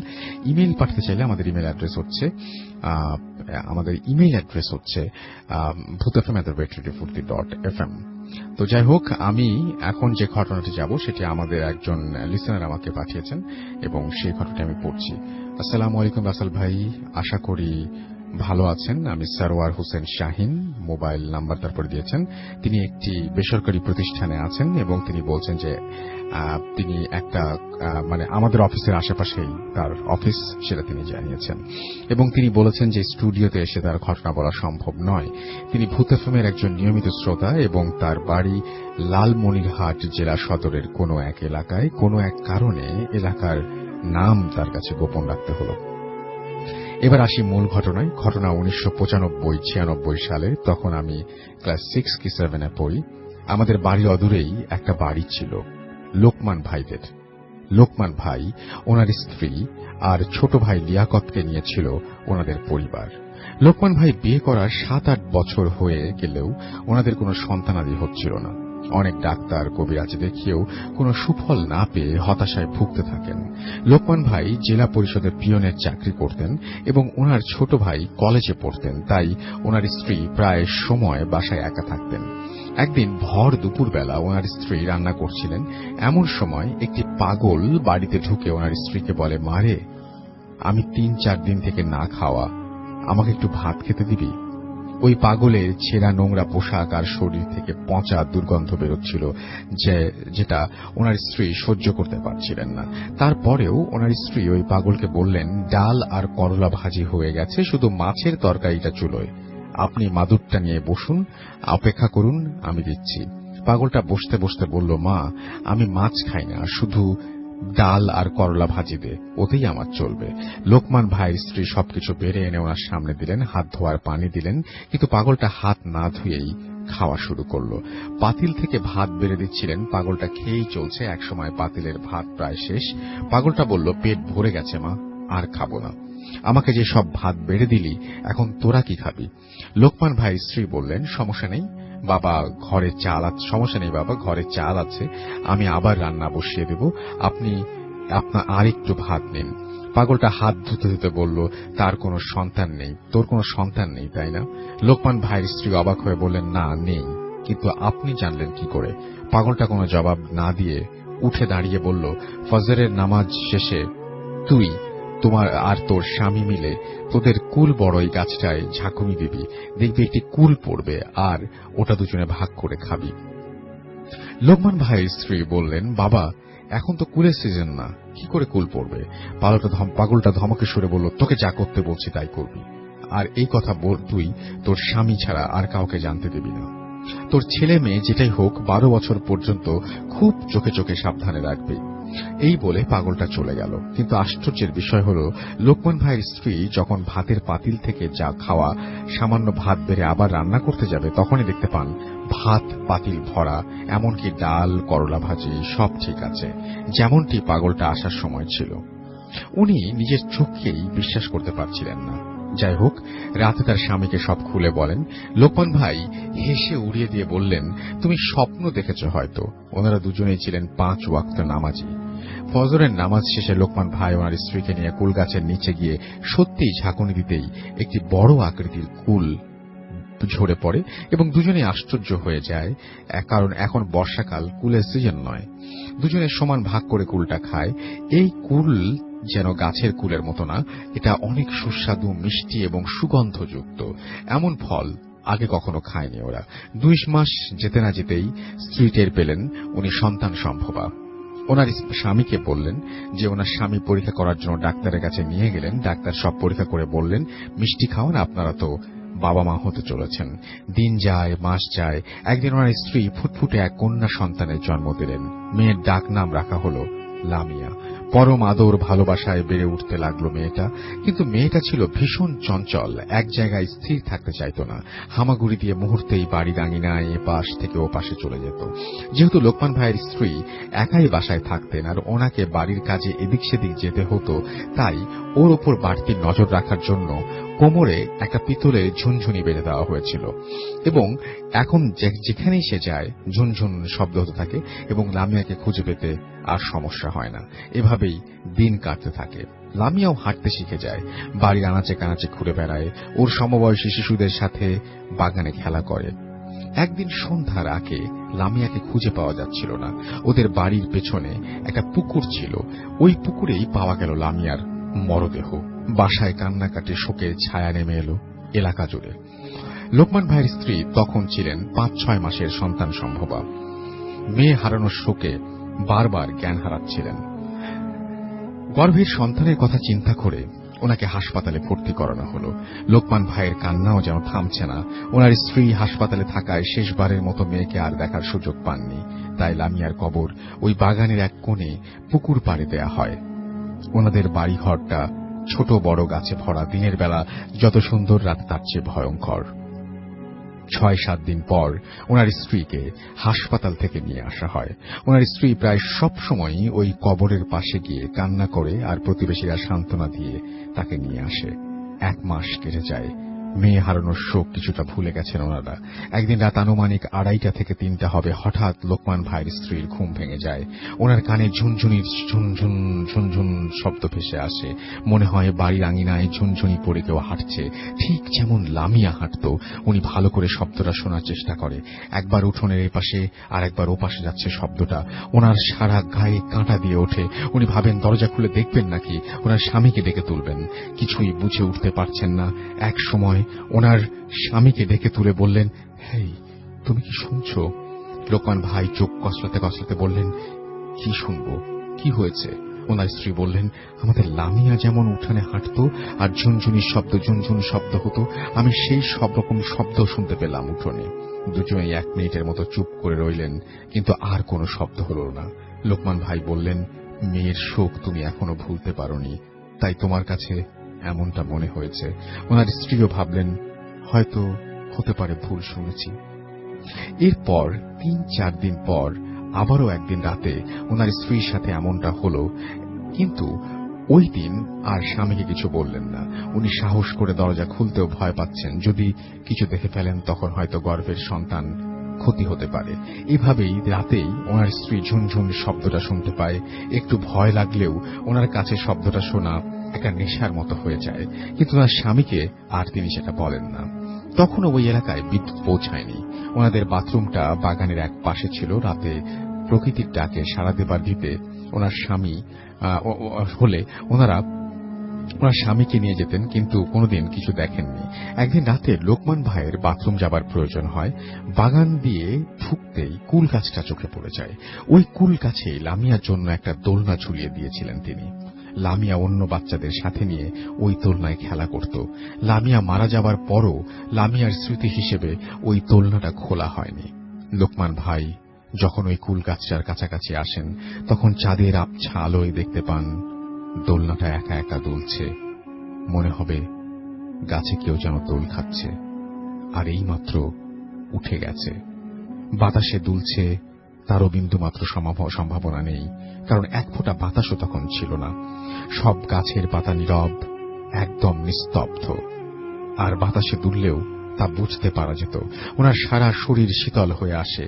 আর ওই রাতের মতো সাহস করে তিনি বাথরুম সেরে চলে আসেন। ঘরে এসে শুয়ে ভাবতে থাকেন, কিন্তু কিছুই মিলাতে পারেন না। পরের দিন সকালে দোলনাটা খুলে ফেলেন। এই 2-3 দিন পর মাঝরাতে লোকমান ভাইয়ের ঘুম ভেঙে যায়। তিনি শুনতে পারেন উঠোনে ঝুনঝুনির শব্দ এবং কেউ যেন ঝুনঝুনি পরে হাঁটছে, এবং শব্দটা এদিক থেকে ওদিক যাচ্ছে। এবার স্ত্রীর কথাটা তার বিশ্বাস হয়। তিনি বিছানা থেকে উঠে সাহস করে কাঠের জানলার একটা পাট আলাদা করে খুলে দেখার চেষ্টা করেন, কিন্তু কিছুই চোখে পড়ে না, শব্দও আর হয় না। ওনার স্ত্রী জেগেই ছিল, তবে লোকমান ভাইকে বুঝতে দেয়নি। লোকমান ভাই জানালা বন্ধ করে বিছানায় আসা মাত্র ওনার স্ত্রী ফিসফিস করে বলে, জানালা খুলে কি দেখলে? লোকমান ভাই বলে, আজ আমিও ঝুনঝুনির শব্দ শুনতে পেয়েছি।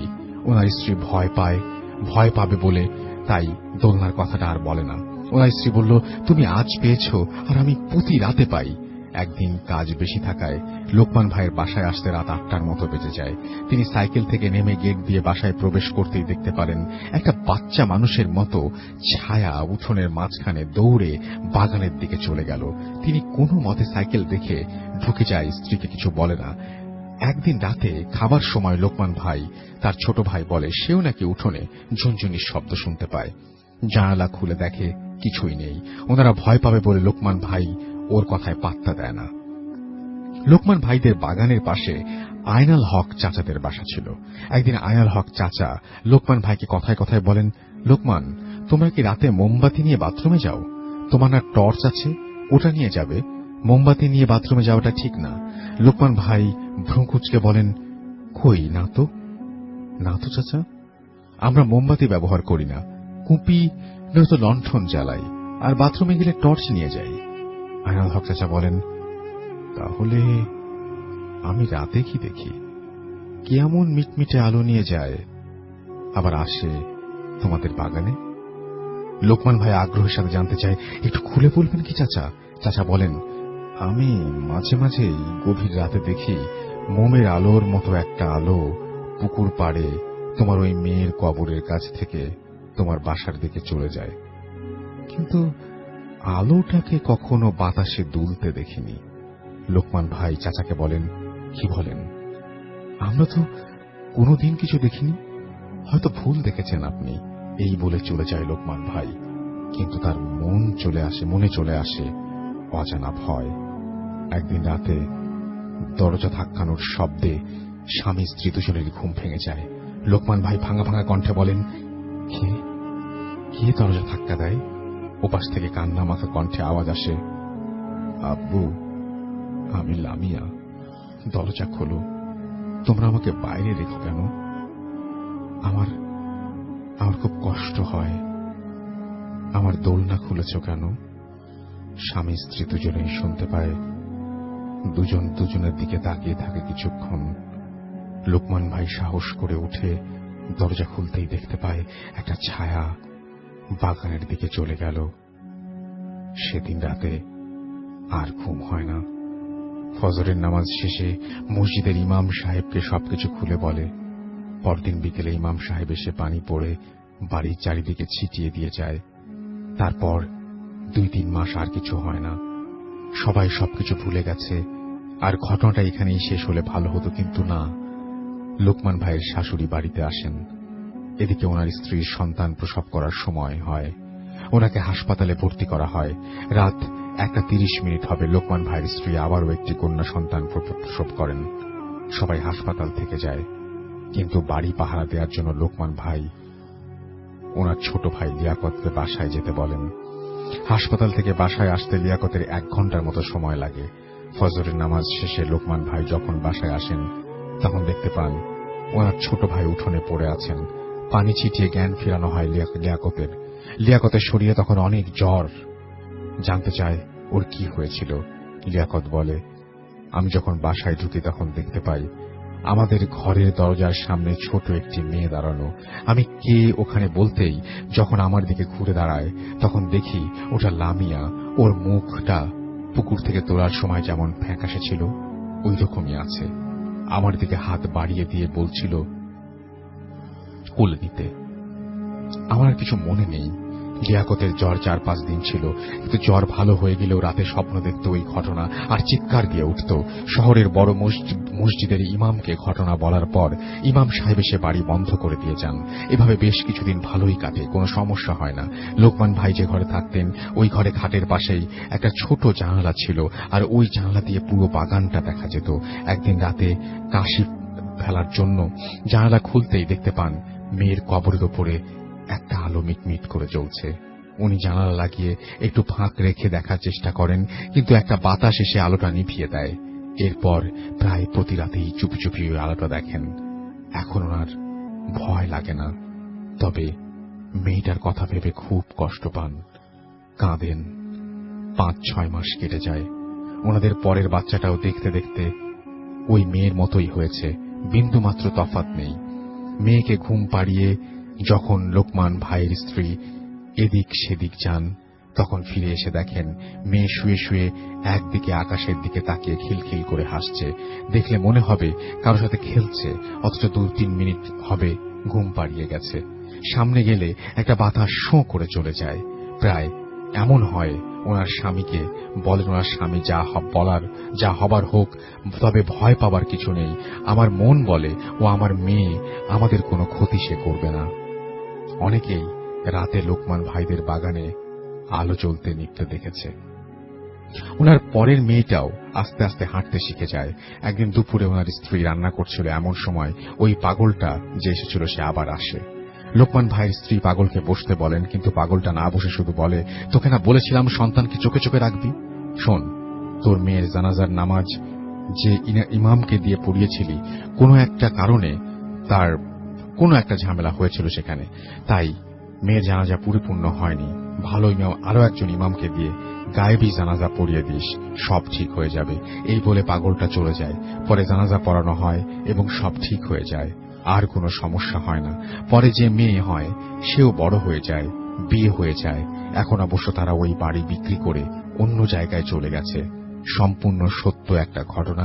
যতটুক নিজে দেখেছি তার চেয়ে আমার মা বাবার মুখে শুনেছি ভালোভাবে। এলাকার মুরব্বী যারা ছিলেন সবাই এই ঘটনা জানেন।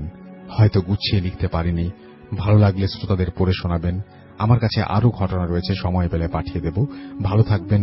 ভূত এফএমের সবার জন্য রইল শুভকামনা। সরোয়ার হোসেন শাহিন, থানাপাড়া, থানা পোস্ট, জেলা Lalmonirhat. Thank you very much. চমৎকার ভাবে লিখেছেন আপনি, এবং আপনার ঘটনাটি সত্যিই আমাদের অনেক ভালো লেগেছে, এবং আমি বিশ্বাস করি যে আমাদের লিসনারদেরও অনেক আনন্দ দিয়েছে।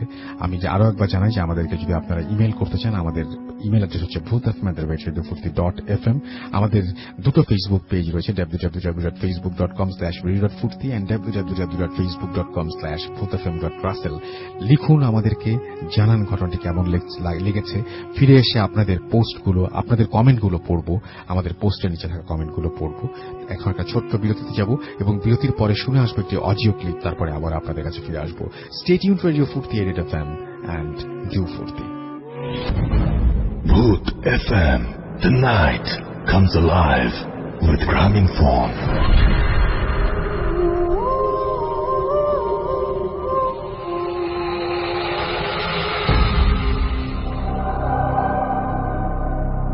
আসসালামু আলাইকুম রাসেল ভাই, আমি চট্টগ্রাম থেকে রাজিয়া বলছি। আমি একজন শিক্ষানবিশ আইনজীবী এবং অবভিয়াসলি রেগুলার লিসনারদের একজন। এর আগে ঘটনা পাঠিয়েছি 3টি, অ্যান্ড পরপর আপনারা সেগুলো প্লেও করেছেন, এই জন্য অনেক ধন্যবাদ। কথা দিয়েছিলাম ব্যাক করবো, বাট ব্যস্ততার কারণে আসলে সেটা হয়ে ওঠেনি। আজ অনেকদিন পর And কাল শুক্রবার, আজকে আমার হাতে অবসর আছে, সো রাতে ঘুমও আসছে না। রাত এখন 3টা। ভাবলাম আমার নিজের সাথে ঘটা কোনো ঘটনা আজকে আমি আপনাদের জানাবো। নিজের সাথে মানে আমরা পারিবারিকভাবে ফিল করেছি এমন ঘটনা বেশ কিছু আছে। 2006-এর শেষের দিক এবং 2007-এর মাঝামাঝি কিছু সময় আমরা একটা বাসায় ছিলাম। সেই বাসায় ঘটে যাওয়া একটা ঘটনা আজকে আপনাদেরকে বলার চেষ্টা করব। সেই বাসায় আসলে যখন আমরা ইন করি, আমরা খুব তাড়াহুড়ো করে বাসাটা চেঞ্জ করি। বাসাটা অবভিয়াসলি বাবার পছন্দ ছিল। বাবার পছন্দ মানে হচ্ছে মোটামুটি একটু সুবিধা দেখে বাবা বাসা ইন করতে পছন্দ করেন। আমাদের মতো আমি বা মা যেভাবে সবকিছু একদম দেখে শুনে নিজের মন পছন্দ হলে যাব, না হলে যাব না, ওভাবে বাবা বাসা দেখেন না। খুব দ্রুত সেই বাসাটা আমরা শিফট করেছিলাম। বাসা ঢোকার পর থেকে আসলে আমাদের খুব একটা ভালো মনে হচ্ছিল না, কারণ বাসাটা ছিল কবরস্থানের অপোজিটে। এন্ড মা অবভিয়াসলি কবরস্থানের অপোজিটে কোনো বাসা নিতে ইন্টারেস্টেড ছিলেন না। এন্ড বাবাকে যখন আমরা জিজ্ঞেস করলাম যে বাবা আপনি কেন সিলেক্ট করলেন, আপনি জানেন আমরা কবরস্থানের অপোজিটে থাকতে পছন্দ করি না। কি বলবো, বাবা সন্তান দেখে এসেছিলেন, অপোজিটে কবর আছে, বাবা খেয়াল করেন দিয়েছিল, কেয়ার করা। আমরা সবাই এমনি খুব আপসেট ছিলাম। তার উপর আবার মাসখানেক হতে না হতে নানান ধরনের কথাবার্তা শুনছি যে এখানে কোনো ফ্যামিলি এসে যেভাবে আসে, খুব ভালো কোনো ফ্যামিলি আসলো, সে কিন্তু ভালো অবস্থান নিয়ে ব্যাক করতে পারে না। কেন জানি সবাই এখান থেকে নিঃস্ব হয়ে যাওয়ার একটা রেকর্ড ছিল আমাদের আগ পর্যন্ত অন্তত। এখন অবশ্য তারা সেখানে কোনো ভাড়াটিয়া রাখেন না, জমিদার নিজের ছেলেদেরকে বিয়ে করিয়ে ছেলে বউদেরকে সে বাসাগুলো রাখেন। আমরাই ছিলাম লাস্ট ভাড়াটিয়া ওই বাসার।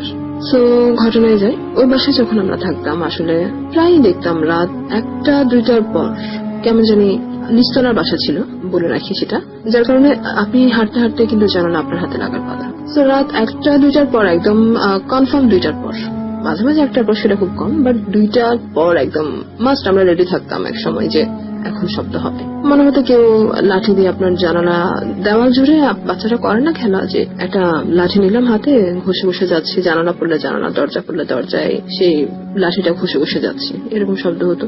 এর কিছুদিন পর দেখা গেল শব্দ হচ্ছে নক করার, খুব সিরিয়াসলি কোনো মানুষ আপনার কাছে হেল্প চাচ্ছে সেরকম নক। ফার্স্ট টাইমে যেদিন সেই নকটা হলো, এতদিন আমরা অভ্যস্ত ছিলাম যে একটা লাঠি টেনে টেনে নিয়ে যাচ্ছে বা হাতের নক টেনে টেনে নিয়ে যাচ্ছে, ইটস ওকে।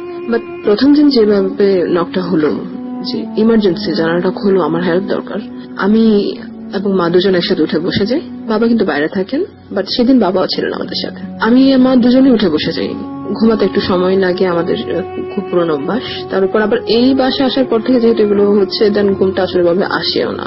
সো মা বললো খুলে দেখবি নাকি, বাট বাবা বললো না দরকার নেই, যেহেতু এখানে হতে থাকে এগুলো, সো আগে অবজার্ভ করো কি হচ্ছে। বেশ কয়েকবার সেভাবে নক করলো, দেন শান্ত। কেউ যদি আপনার কাছে হেল্প চায় তাহলে সে অবভিয়াসলি কথাও তো বলবে, কোনো কথা নেই, জাস্ট নক। ওকে, আমরা চুপচাপ থাকলাম, এরপর অভ্যস্ত হলাম সেটার সাথে। হ্যাঁ, 2:30, 3টা, 3:30 নক, খুব সিরিয়াস না। আমরা অভ্যস্ত। প্রথম দিকে একটু ভয় লাগলো, পরে কেমন জানি মানিয়ে নি, আসলে হচ্ছেই তো। এরপর একদিন রাতে ঘুমাচ্ছি, হঠাৎ ঘুম ভেঙে গেল। আমি আর মা একই রুমে আছি। মা আমার পাশে আছেন, ছোট বোন খুবই ছোট, তখন সে 5-6 বছর এরকম একটা বয়স হবে হয়তো, মনে পড়ছে না। মা আমার পাশে, আমার চেয়ে কিন্তু মার ঘুম বেশি পাতলা, বাট কেন যেন মা শুনছেন না। আমি ক্লিয়ারলি শুনতে পাচ্ছি অনেকগুলো লোক যখন কবর জিয়ারত করেন তখন যেরকম শব্দ আপনি শুনবেন, দূরত্ব 1-2 হাতেরও বেশি না আমাদের বাসা থেকে কবরস্থানটার, যার কারণে আমি ক্লিয়ারলি শুনছি কেউ দাঁড়িয়ে কবরে দোয়া দরুদ পড়ছে, কবর জিয়ারত করছে মেবি। সো আমি অনেকক্ষণ শুনলাম এন্ড মাকেও ডাকার চেষ্টা করলাম, দেখলাম মা গভীর ঘুমে অচেতন এন্ড ওনার কোনো ফিলিংস নেই, অথচ আমার চেয়ে ওনার ঘুম বেশি পাতলা। ওকে, সকালে উঠলাম, মাকে বললাম, মা বললো, মা তো একদম তাজ্জব বলে গেল, এটা কিভাবে সম্ভব, আমি তো শুনলামই। একবার না, আরো বেশ কয়েকবার এরকম হলো, শুধু আমি শুনলাম। তারপর আরেক দিন, সেদিন বর্ষার সিজন ছিল মেবি, মনে পড়ছে না, বেশ কয়েক মাস পর, অর্থাৎ আমরা বাসাটা ছেড়ে দেবার ধরুন 6 মাস আগে এরকম হতে পারে। আমি ঘুমাচ্ছি, বাসায় মেবি গেস্ট ছিল আমাদের, যার কারণে আমি নিচে ফ্লোরিং করে শুয়ে আছি, অনলি আমি। পাশে বেডে মা এন্ড গেস্টের কিছু মার সাথেও আছে, কিছু সামনের রুমে ভাইদের সাথেও আছে। তো দেন শুয়ে আছি, অনেকক্ষণ কথাবার্তা হলো। সেদিন 3টা 3:30, সেদিন কিন্তু লাঠির আওয়াজ বা সিরিয়াস কোনো নক, এন্ড আমরা খেয়াল করতাম বাসায় কোনো গেস্ট আসলে কিন্তু এই শব্দগুলো একদমই হতো না। একদম নর্মাল। আর আমরাও কারোর সাথে এগুলো আলোচনা করতাম না, কারণ আমরা শুনেছি এরকম, আর আমরা বিশ্বাসও করি বিষয়টা যে আপনি যখন এইসব বিষয়ে বেশি আলোচনা করবেন তখন ট্রাবল ফেস করতে হয়। আর মা তো বলেন যে নিজের সাথে ঘটনা কোথাও বলো না, কারণ এগুলো বলা যায় না কখন কি প্রবলেম ক্রিয়েট করে। সো এগুলো যেহেতু অনেক দিনের ঘটনা, সেই কারণে হয়তো আজকে আমি বলার সাহসটা পাচ্ছি। আর আমি শুয়ে আছি ওকে সেদিন প্রায় 2:30 হবে, সবাই আড্ডা দিয়ে বিছানা গুছিয়ে শুতে ঘুম আসতে একটু সময় লেগে গেল। বাট সারাদিন যেহেতু গেস্ট ছিল, অনেক কাজকর্ম করেছে সবাই মিলে, ক্লান্তিতে ঘুম চলে এসছে। রাত কয়টা হবে আমি জানি না, যেহেতু 3টার মতো বেজে গেছে ঘুম আসতে। দেন কয়টা হবে আমি জানি না, রাসেল ভাই ঘুমিয়ে আছে, হঠাৎ চোখ খুলে গেল। কোন রকম সাউন্ড শুনে না, কোন রকম অদ্ভুত ফিলিংস নেই, কিচ্ছু না। আপনার হঠাৎ যখন ঘুম ভেঙে যায়, যেভাবে আপনি নর্মালি চোখ খুলে ফেললাম, কোন রকম সিরিয়াস বিষয় নয়। চোখ খুলে দেখলাম একটা 10-12 বছরের বাচ্চা মেয়ে, প্রিন্টের ফুলের একটা ফ্রক পরা, চুল খুব বেশি লম্বা না হলো কোমর পর্যন্ত, এবং খুব সুন্দর দেখতে, খুব মায়াবী একটা চেহারা। আমি যেহেতু ফ্লোরিং করে শুয়ে আছি, সে আমার পায়ের দিক থেকে আস্তে আস্তে দাঁড়িয়েছিল। আমি যখন চোখ খুললাম সে দাঁড়িয়েছিল। তারপর আমি চোখ খুলে তাকানোর সাথে সাথে সে আস্তে আস্তে আমার দিকে এগিয়ে আসছে। আমি থান্ডার হয়ে তার দিকে তাকিয়ে আছি যে কি হচ্ছে, এরকম কেউ আমার বাসায় নাই মা এখন। আমি কি দেখছি আসলে আমি নিজেও জানি না, আমি জাস্ট তাকিয়ে আছি। তারপর আস্তে আস্তে সে এক পর্যায়ে হাতটা আমার বুক বরাবর এসে, সে দাঁড়িয়ে আছে কিন্তু সে বসেনি, সে দাঁড়িয়ে থেকে আমার বুক বরাবর জায়গাটাতে এসে জাস্ট হাতটা বাড়িয়ে আমাকে ধরতে চাইছে। হাসিটা কিন্তু তখনও বিলীন হয়নি, হাসিটা আছে তার মুখে। সে আমাকে ধরবে, হাতটা আমার মুখ পর্যন্ত এসে আমি চিৎকার করে উঠে বসে গেলাম। বেশ কিচ্ছু নেই আমার সামনে। মা উঠে বসে গেল, কি ব্যাপার। আমি কিছু বলতে পারলাম না মাকে, আমি বলতেই পারলাম না আমি কি দেখলাম, কি হলো, কারণ আমি হিসাবই তো মিলাতে পারছি না। দেন চুপচাপ সকালে উঠলাম, মাকে বললাম। মা খুব চিন্তিত হলেন যে এই বাসা আর থাকা যাবে না, বাসা ছাড়তে হবে। তো আমাকে খুব ডিটেলসে জিজ্ঞেস করলো মা কি হলো না হলো কিরকম। আমি বললাম না, ভয়ের কিছুই নেই, তাকে দেখে আমি খুবই রিল্যাক্স ছিলাম, সমস্যা একটাই সঙ্গে ধরতে আসছিল, বাইরে কিছু না। সে যদি চুপচাপ দাঁড়িয়ে থাকতো আমিও হয়তো চুপচাপ তাকিয়ে থাকতাম, এরকম একটা সিচুয়েশন ছিল। ওকে, এরপর আমরা খুব দ্রুত বাসা বদলানোর চেষ্টা করছি, এন্ড নানা রকম সমস্যা আমরা সেখানে ফেস করেছি। এগুলো ছাড়াও আমাদের কেন জানি ফিনান্সিয়াল কন্ডিশন খুবই উইক হয়ে যাচ্ছিল দিন দিন।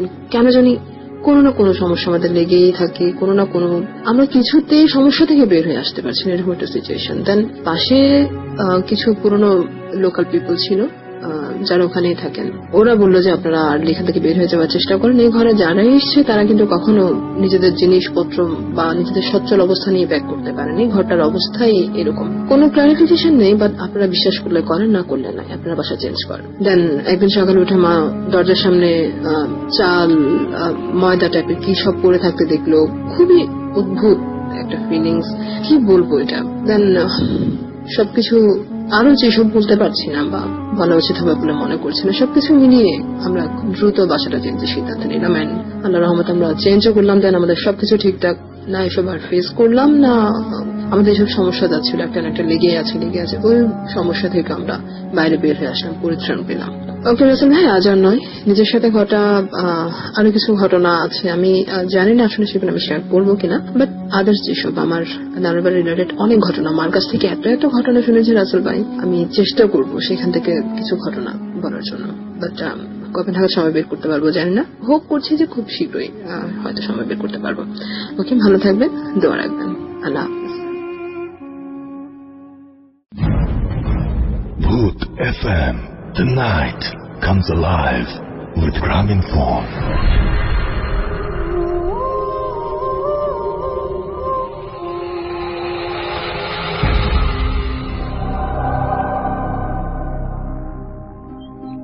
শুনছেন সবসময় রেডিও ফুর্তি রেড এফএম। আমি রাসেল আছির সাথে, আমার সাথে রয়েছে মাসুম ভাই এবং আজকের অতিথি। আপনাদের সবাইকে স্বাগত জানাচ্ছি ভূত এফএমে। আরো একবার আমি বলেছিলাম যে আপনাদের কমেন্টগুলো পড়বো। প্রিন্স জাকারিয়া আমাদের সঙ্গে আছেন এবং তিনি বলছেন এইমাত্র আমরা যেটা প্লে করলাম, আপুর স্টোরিটা শুনে অনেক ভয় লাগছে। জাহিদুল ইসলাম শিমুল আমাদের সঙ্গে আছেন, খিলগাঁও থেকে শুনছেন তিনি। মুজাহিদ ইসলাম প্রিন্স আমাদের সঙ্গে আছেন, একা ভয় লাগছে তিনি লিখেছেন। মেঘ বালিকা সিনথিয়া লিখেছেন লাভ দিস শো। রনি খান আমাদের সঙ্গে আছেন ময়মনসিং থেকে, এমডি সাজিদ হোসাইন আমাদের সঙ্গে আছেন দেখতে পাচ্ছি তাহমিদ, এবং আমাদের সঙ্গে, এবং তিনি বলছেন যে নিজের ঘটনাগুলো শেয়ার করতে চাই ভূত এফএম-এ। আমাদের অ্যাড্রেসটা তো জানেনি, bhutfm@radiofurti.fm। এই অ্যাড্রেসে আপনি লিখুন আপনার নাম, ঠিকানা এবং ফোন নাম্বার সহ। যদি স্টুডিওতে এসে ঘটনা শেয়ার করেন তাহলে তো খুবই ভালো। এছাড়াও আপনি লিখে পাঠাতে পারেন বা অডিও ক্লিপ পাঠাতে পারেন আমাদের কাছে। এমডি অলিউল্লাহ আছেন, ইমেইলটা চমৎকার ছিল, এবং আমাদের সঙ্গে আছেন দেখতে পাচ্ছি হুমায়ুন কবির, যশোর থেকে আছেন তিনি। আকাশ কুমার আমাদের সঙ্গে আছেন জাহিদ আমাদের সঙ্গে আছেন দেখতে পাচ্ছি। এছাড়াও এমডি আব্দুল্লাহ আল মামুন পাইকগাছা থেকে তিনি শুনছেন। এম কে নাহিদ খান আমাদের সঙ্গে আছেন, ঢাকা থেকে শুনছেন। আমাদের সঙ্গে আছেন দেখতে পাচ্ছি রিমন হাসান, এবং তিনি লালবাগ থেকে শুনছেন। আমাদের সঙ্গে আছেন দেখতে পাচ্ছি বিপ্লব, এবং তিনি বলছেন যে ভয় লাগছে না কেন এই প্রশ্নের উত্তর দেওয়া আমার জন্য খুব মুশকিল, কারণ যে ঘটনাগুলো শুনলাম সেই ঘটনাগুলোর মধ্যে অন্তত একটি ঘটনা তো ভয়ের লাগা উচিত ছিল। রাজু খান আমাকে বলছেন যে লামিয়ার ঘটনাটাই বেস্ট ছিল। আমাদের সঙ্গে আছেন তারিকুল ইসলাম, অস্থির লাগছে। জাহিদ আমাদের সঙ্গে আছেন এবং খিলগাঁও থেকে তিনি শুনছেন। আয়ুস ফারাবি আমাদের সঙ্গে আছেন, রানা মল্লিক আমাদের সঙ্গে আছেন এবং খুব ভালো লাগছে তাই লিখেছেন। আমাদের সঙ্গে আছেন দেখতে পাচ্ছি ভূতের রাজা। এছাড়া আমাদের সঙ্গে আছেন ফারহানুল ইসলাম ভুঁইয়া, নোয়াখালী থেকে শুনছেন তিনি। এমডি সাব্বির আমাদের সঙ্গে আছেন চয়ন। হুমায়ুন কবির আমাদের সঙ্গে আছেন এমডি ইউনুস আলী। এছাড়াও এম কে আবির আমাদের সঙ্গে আছেন দেখতে পাচ্ছি আবহাম জাল ইসলাম, সৌদি আরবিয়া থেকে তিনি শুনছেন। আমাদের সঙ্গে আছেন পাপ্পু রয়, লালমনিরহাটের ঘটনাটা তার কাছে খুব ভালো লেগেছে সেটা তিনি জানিয়েছেন। নাইম খান আমাদের সঙ্গে আছেন এবং আমাদের সঙ্গে প্রশংসা করেছেন ডিজেড কিশোর। এছাড়াও আতিক আমাদের সঙ্গে আছেন এমডি শাওন, আরিয়ান শান্ত আমাদের সঙ্গে আছেন, জাহিদুল আমাদের সঙ্গে আছেন এস এম মাসুদ পারভেজ শরীফ আমাদের সঙ্গে আছেন। রেডিও ফুর্তির পেজ থেকে সব পড়ছি। সজীব পোদ্দার আমাদের সঙ্গে আছেন, এস কে রুদ্র আমাদের সঙ্গে আছেন দেখতে পাচ্ছি রেজাউল করিম সোহেল। এছাড়া আমাদের সঙ্গে আছেন ইকবাল হুসাইন, আছেন সাকিবুর রহমান, যশোর থেকে শুনছেন। আমাদের সঙ্গে আছেন দেখতে পাচ্ছি আরিয়ান মারুফ, সিরাজগঞ্জ থেকে শুনছেন। আমাদের সঙ্গে আছেন উর্মি হুমায়রা সঞ্জানা, এবং আমাদের সঙ্গে আছেন দেখতে পাচ্ছি পারভেজ মুশাররফ। আমাদের সঙ্গে আছেন হামিদুল ইসলাম পাবনা থেকে। আমাদের সঙ্গে আছেন বারবি কুইন, এবং আমাদের সঙ্গে আছেন দেখতে পাচ্ছি আদনান গফুর, শাহরিয়ার ইমন, তামিম, আরাফাত আজমির সহ আরো অনেকে। আপনাদের সবাইকে আরো একবার স্বাগত জানাচ্ছি ভূত এফএম-এ। চলে যাব আমরা দ্বিতীয় ঘটনায়, আপনার কাছে যাব। আমাদের দ্বিতীয় অতিথি তার ঘটনাটি শেয়ার করবেন আপনাদের সাথে। আশা করছি এই ঘটনাটি আপনাদের আনন্দ দেবে। চলুন শুনে আসি আমাদের দ্বিতীয় অতিথির প্রথম ঘটনা। জি, ওয়ালাইকুম আসসালাম। হ্যালো লিসেনার্স, আশা করি সবাই ভালো আছেন। আমি জাহিদ বলছিলাম উত্তরা থেকে। প্রথমে বলে নিই, আমি পেশায় একজন ফ্রিল্যান্সার। সেই সুবাদে আমি নীরবে কাজ করতে খুব আমি ভালোবাসি আর কি। তা আমি প্রতিদিনের মতনই সন্ধ্যার দিকে আমি কাজে বসলাম মাগরিবের নামাজ পড়ে। তখন আমার দরজা সবসময় চাপানো থাকে। তা আমার তখন ফ্লোরিং করা, আমি দেয়ালের সাথে পিঠ থেকে কম্বলটা দিয়ে আমি ল্যাপটপে কাজ করছি। তখন আমি একটা কাজের সাথে একটা সং প্লে করি। তখন কেমন যেন একটা আনইজি ফিল হতে লাগলো। তার আগে একটু বলে নিই যে আমার রুমে আমি তো কালারফুল পছন্দ করি। তার মানে আমি দুইটা ডিম লাইট ইউজ করি, একটা হলো আপনার সবুজ কালার, একটা হলো আপনার বেগুনি কালার। আমি কখনো সাদাটা ইউজ করতে আমার ভালো লাগে না। যাই হোক, যে সং প্লে করার কিছুক্ষণ পরে দেখলাম যে আমার ঠিক উত্তর কর্নারে আমার দরজার উপরে একবার সাইডে একটা শ্যাডো নেমে আসলো। তখন আমি সাথে সাথে আমি আমার মাথার উপরে যে ডিম লাইটটা ছিল ওটার দিকে তাকাই। আসলে ওখানে তো কোনো একটা কিছু পড়লো না, একটা ছায়া পড়লো। আসলে ওটা কোনোভাবে পড়া সম্ভব না, কারণ কি আমার যে লাইটের যে স্লটটা আছে তার 1 বিঘার নিচে আমার পর্দা, জানলার পর্দা। তা ওটা দেখলাম, মানে ওটা নামলো, নেমে দরজার কোণে দাঁড়ানোর পরে ভ্যানিশ। তো আমি ওটা দেখার পর একটু ভয় পেয়ে যাই। ভয় পেয়ে আমি উঠে লাইট জ্বালিয়ে ফেলার পরে তারপরে কোনো সমস্যা হয়নি। মেইন ঘটনা করে পরদিন ওইরকম আমি নামাজ টামাজ পড়ে আমি ফ্লোরিং এ করে আমি ল্যাপটপ নিয়ে কাজে বসলাম। তখন হঠাৎ করে কাজ করতে ভালো লাগছে না, তখন আমি ল্যাপটপটা ছাড়িয়ে রাখলাম। তো হঠাৎ করে দেখলাম যে তিনটা ছায়া। আর রাসেল ভাই আমি একটু বলে রাখি যে আমাদের যে ফ্লোর থেকে ছাদের উচ্চতা বেসিক্যালি 11 ফিট কি 12 ফিট হয়, কিন্তু যে ওটা আসলে ছায়াগুলো ছিল 6 থেকে 7 ফিট হবে। একটা ছিল খুব খুব বড়, আর আরেকটা ছিল আরেকটা থেকে একটু ছোট, আর আরেকটা ছোট ছিল 1.5 হাতের মতো হবে, তার বেশি হবে না। তা আমি এক দৃষ্টিতে ওটার দিকে তাকায় আছি। তা দেখলাম যে সে আমার পার উপর থেকে এসে ঠিক আমার ডান পাশে বুকে এখানে আসে মাথা রাখলো, এরকম একটা কিছু ফিল করলাম। আমি মাথা রাখলো এরকম একটা কিছু ফিল করলাম। তখন আসলে যেমন বাবুদের কোলে নিলে যেমন হাত দিয়ে ধরে, আমি জানি না যে আমার সাথে কি হচ্ছে, আমার কোনো সেন্স নেই। আমি তখন ওইভাবে ধরলাম, ধরার পরে ঠিক আমার কবজির আমার কোন 4 আঙ্গুল নিচ থেকে আমার কবজি পর্যন্ত পুরো ঠান্ডা হয়ে গেল। তারপরে দেখলাম ওটা আস্তে আস্তে আমার পাবে আমার ঠিক ল্যাপটপের ওখানে গেল। যদি একটু বলে রাখি যে যদি কখনো স্ক্রিন পেপার লাগানো হয় মোবাইলে, তখন একটা ভিজা ভিজা ভাব হয়। ঠিক আমি দেখলাম যে আমার ল্যাপটপের উপরে একটা ভিজা ভাব দেখার পরে আমি কিন্তু ভয়ও পাচ্ছি না, আর কেমন আমি কিছু ফিল করতে পারছি না কি হচ্ছে এটা, আমার কোনো সেন্সই নাই। তখন একটু পরে দেখলাম ওই ছায়াটা ওখানে গিয়ে আবার ওখানে দাঁড়ায় পড়ছে যেখান থেকে আসছিল, কিন্তু আমি এক দৃষ্টিতে ওদের দিকে তাকিয়ে আছি। তার কিছুক্ষণ পরে ইশারা আজান দেয়। তারপরে আসলে ইশারা আজানটা যখন আমার কানে যায় তখন আমার ঘোরটা ভেঙে যায় আর কি। তখন আমি উঠে লাইটটা জ্বালায় ভাবলাম যে মনের ভুল কিনা, কিন্তু যখন আমি আমার ল্যাপটপটা দেখি যে ল্যাপটপটা কাত হয়ে আছে। তা ওই দিন আমি আর কাউকে কিছু বলিনি। ওই দিন রাতে খুব ভয়ে ভয়ে ঘুমাইছি। তার পরের দিন রাতে যেটা হয়, পরের দিন রাতে আমি খুব তাড়াতাড়ি ঘুমাই পড়ি। পরের দিন রাতে ঠিক মনে হবে 3টা 3:30 এই সময়ের দিকে আমার পায়ের এখানে কোন 3 থেকে 4 বছরের বাচ্চা যদি লাফ হয় ওরকম লাফাচ্ছে, আর ওরকম শব্দে আমার ঘুম ভেঙে গেছে। তখন আমি খুব ভয় পেয়ে যাই এবং চিৎকার দেয় একটা। তারপরে আর কোনো কিছু হয়নি। তার পরদিন সকালবেলা আমি হুজুরের কাছে যাই। হুজুরের কাছে গিয়ে বলি যে হুজুর এই কাহিনী। তারপর হুজুর আমাকে একটা পানি পড়া দেয়, একটা আরবি লিখে দেয় একটা কাগজে, ওটা ভিজিয়ে পানি খেতে বলে আমি পানি খাই, আর একটা তাবিজ দেয় আমাকে। তারপর আর কোনো সমস্যা হয় না। এটাই ছিল আমার ফার্স্ট ঘটনা। ওকে, থ্যাংক ইউ ভেরি মাচ। আপনার প্রথম ঘটনার জন্য আপনাকে অনেক ধন্যবাদ। আমরা চলে যাব আমাদের পরবর্তী অতিথির কাছে। আপনার নাম এবং আপনি কোথা থেকে এসেছেন সেটা বলে আপনার ঘটনাটা আপনি বলবেন। আমার নাম মাহফুজ আহমেদ। জি, আপনার ঘটনা থেকে এসেছি।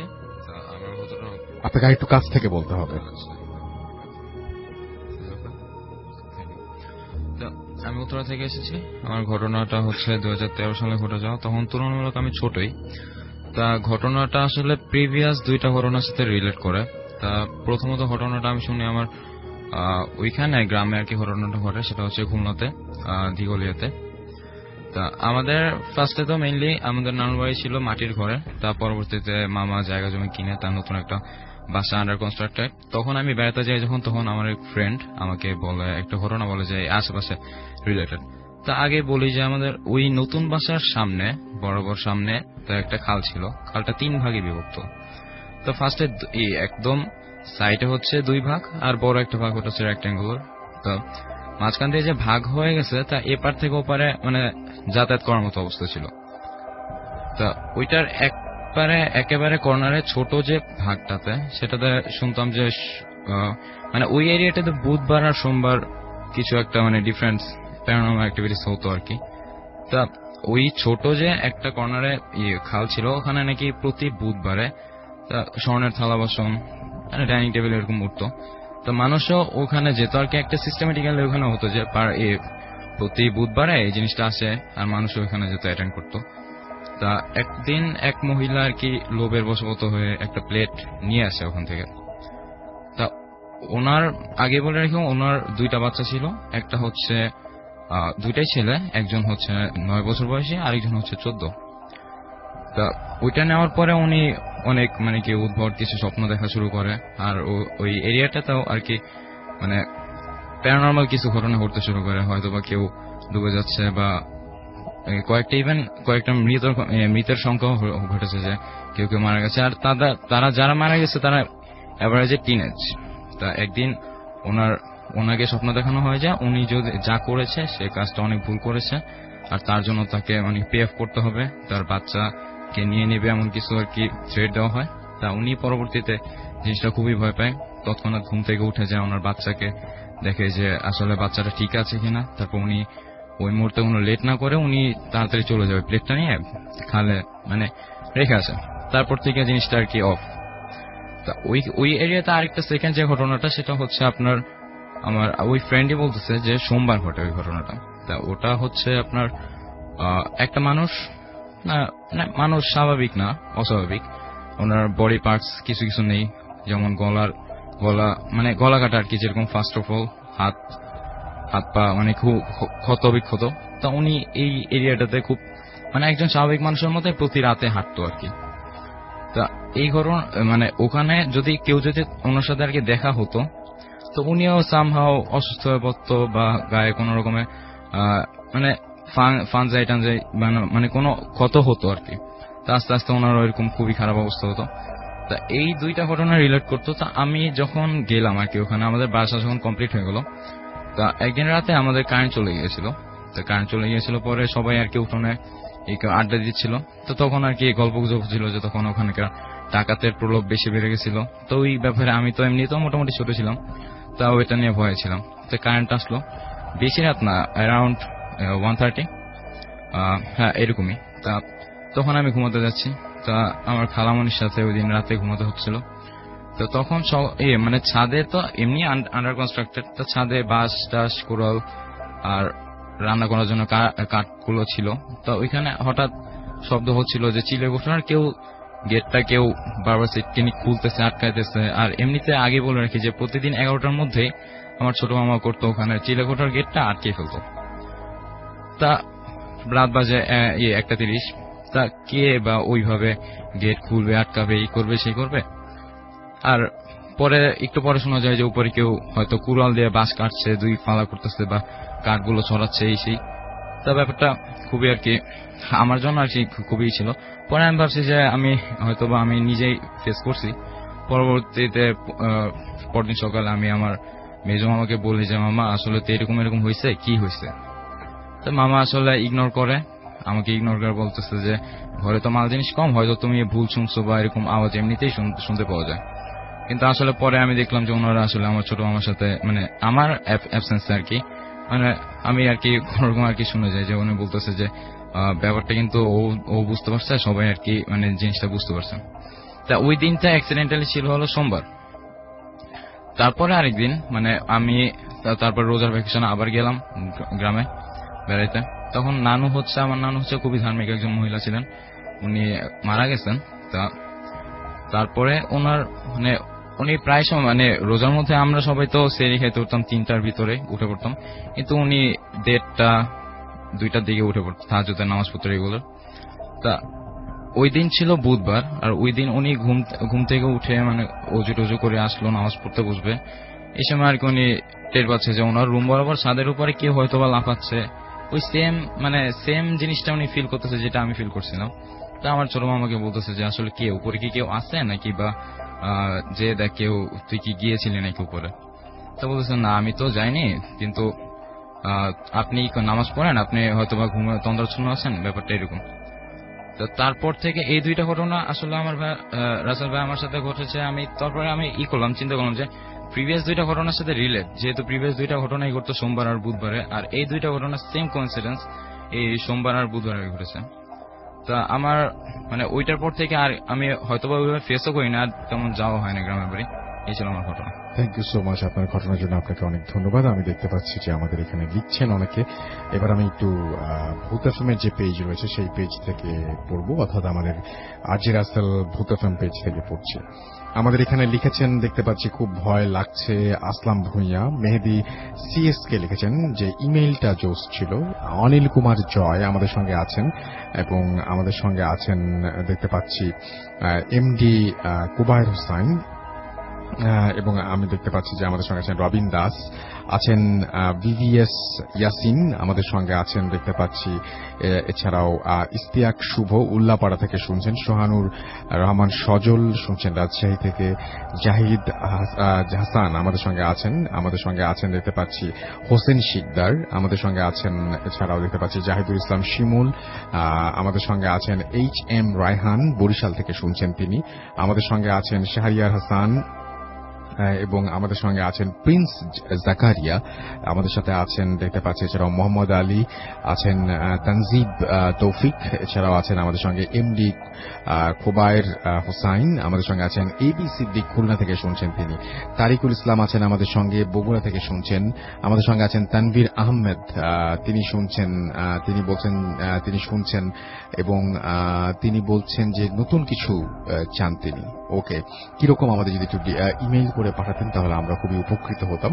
আমাদের সঙ্গে আছেন NH9 এবং আমাদের সঙ্গে আছেন আদনান সামি, আছেন আমাদের সঙ্গে মেহেদি হাসান, আছেন আমাদের সঙ্গে দেখতে পাচ্ছি মোহাম্মদ রিদওয়ান আহমেদ অনিক, এছাড়াও আছেন শিমুল ফেনী থেকে আমাদের সঙ্গে, ইস্তিয়াক আহমেদ শুভ আমাদের সঙ্গে আছেন, আমাদের সঙ্গে আছেন দেখতে পাচ্ছি SK রুদ্র, এছাড়াও আমাদের সঙ্গে আছেন মাহিয়া ইসলাম জুই, আছেন আমাদের সঙ্গে রিয়েল ফেরারি পাখি, আমাদের সঙ্গে আছেন আবি আব্দুল্লাহ, এছাড়া আমাদের সঙ্গে আছেন আশিকুল হক সিয়াম, এমডি আব্দুল্লাহ আমাদের সঙ্গে আছেন মাহাদি হাসান, এছাড়াও ফাজিল আমাদের সঙ্গে আছেন দেখতে পাচ্ছি SK জাকির হোসাইন, আমাদের সঙ্গে আছেন দেখতে পাচ্ছি এছাড়াও নিশি কল্পনা, এবং আমাদের সঙ্গে আছেন দেখতে পাচ্ছি সোহানুর, আমাদের সঙ্গে আছেন রমিজ খান, আমাদের সঙ্গে আছেন আলমগীর হোসাইন মেহেদি, আমাদের সঙ্গে আছেন মোহাম্মদ সাজিম সহ আরো অনেক। একটা ছোট্ট বিরতি নিব এবং বিরতির পরে আবারও ফিরে আসবো। সেই পর্যন্ত আশা করছি আমাদের সঙ্গেই থাকবেন। স্টে টিউনড টু রেডিও ফুর্তি, এডিট FM and do ফুর্তি। Exclusively on FusionBD.com. Booth FM, the night comes alive with Graminphone.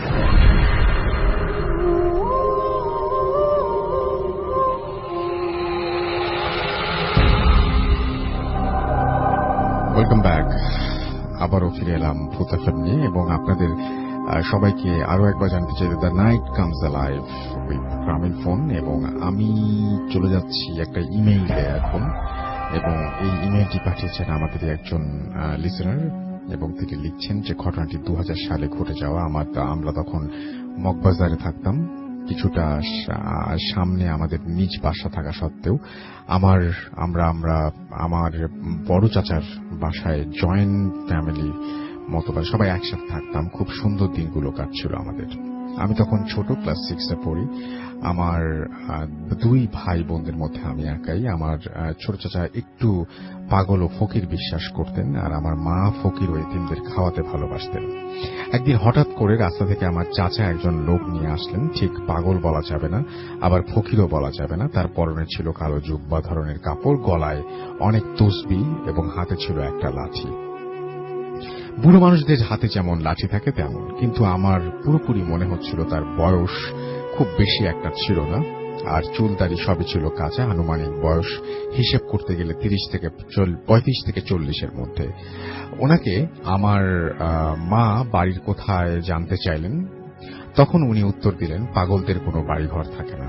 আমার মা যখন চিন্তা করলেন যে ওনাকে ভাত খাওয়াবেন, তখন ওই লোকটাই বলে উঠলেন যে উনি কিছু খাবেন না, তার কোনো ক্ষুধা নেই।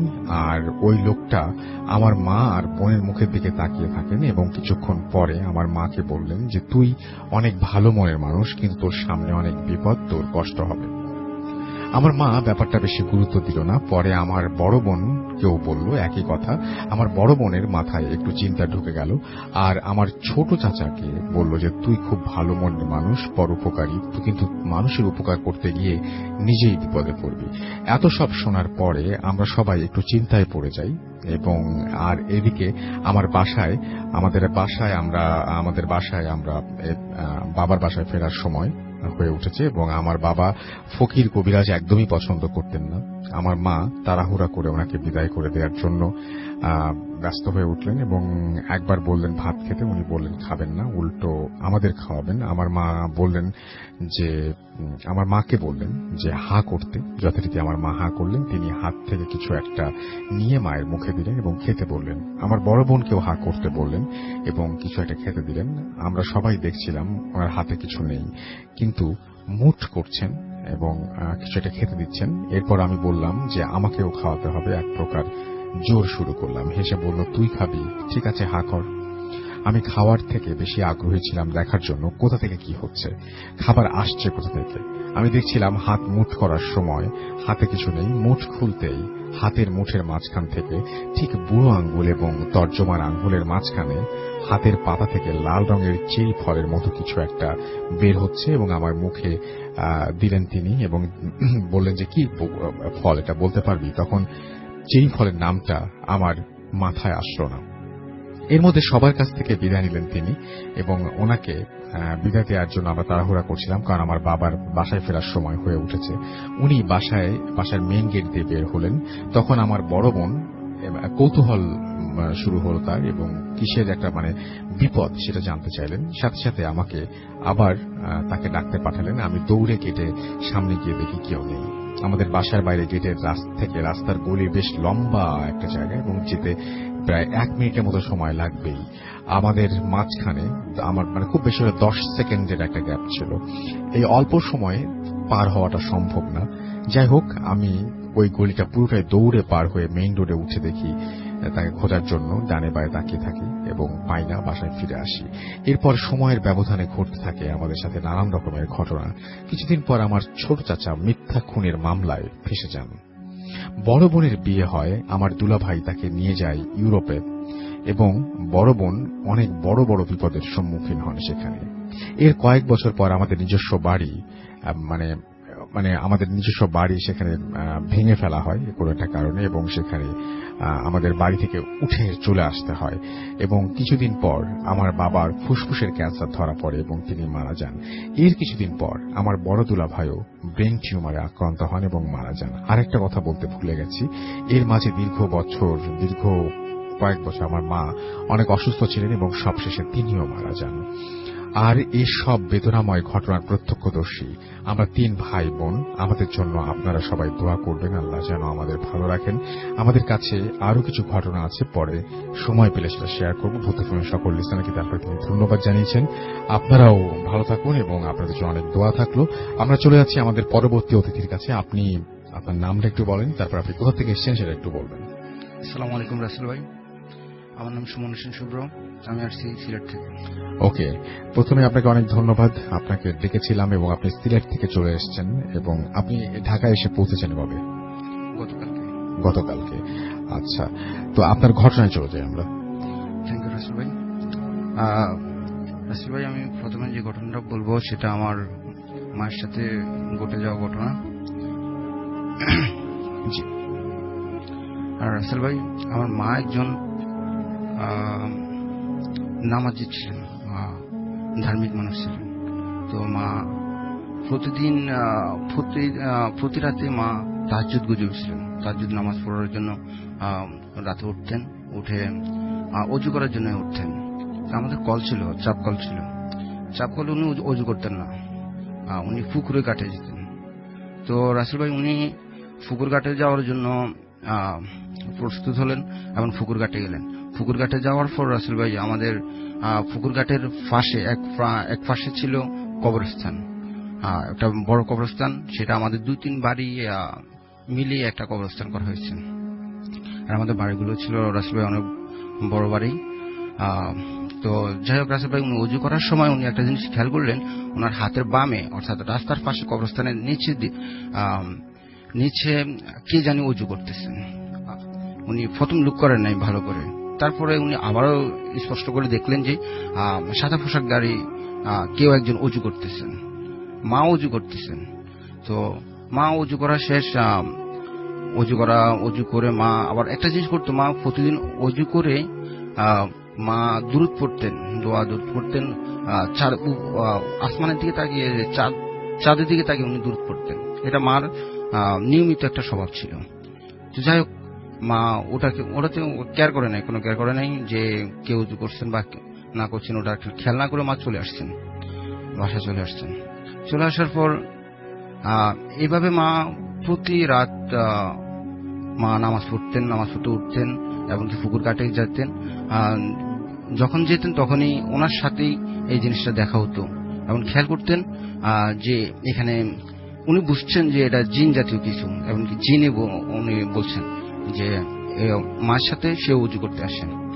তো যাই হোক রাসেল ভাই, এটা তো হলো। তো আমার বোন 2000 সালে আমার বোনকে আমার মা একদিন খুব রাগান্বিত হয়েছেন বোনের উপর, এমনকি বোনকে মারছেন। মারার পর বোন কাঁদতে কাঁদতে বের হয়ে গেছে ঘর থেকে। তো মা দেখছে বোন বের হয়ে গেছে ঘর থেকে, বেরো যাওয়ার মাও কি করলেন, তার পিছনে ছুটতে লাগলেন। মা বোনও সামনের দিকে যাচ্ছে, মাও তার পিছনে যাচ্ছে। এমন অবস্থায় বোন কি করলো, কবরস্থানে ঢুকে পড়লো। তো মা বলছে, এই তুই কবরস্থানে যাচ্ছ কেন?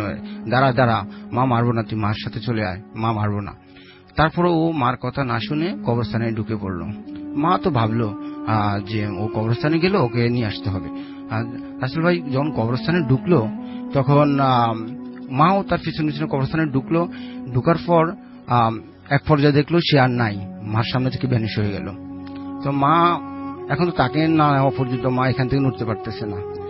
তো মা একটা জিনিস ফিল করলো যে একটা বাতাস আসলো, দমকা একটা বাতাস আসলো। বাতাসের সাথে মার চোখের মধ্যে খড়কুটো একটা কি জাতীয় যে কোনো একটা জিনিস পড়লো। পড়ার পর মা চোখগুলো কসলাতে থাকলো। কসলানোর পর তারপরও ওই জিনিসটা মা পানি বের হতে লাগলো। মা এখনো পর্যন্ত কবরস্থানে দাঁড়িয়ে যে আমি এর আশা দিচ্ছি যে আমার বোনকে নিয়ে যাবে। লাস্টে কি করলো, মা ভাবলো যে না, আমি লাইটটা নিয়ে আসি, ও হয়তো ভিতরে ঢুকে গেছে। তো লাইট নিয়ে নেওয়ার জন্য বাসায় আসলো। বাসায় আসে দেখে বোন ঘরের মধ্যে আছে।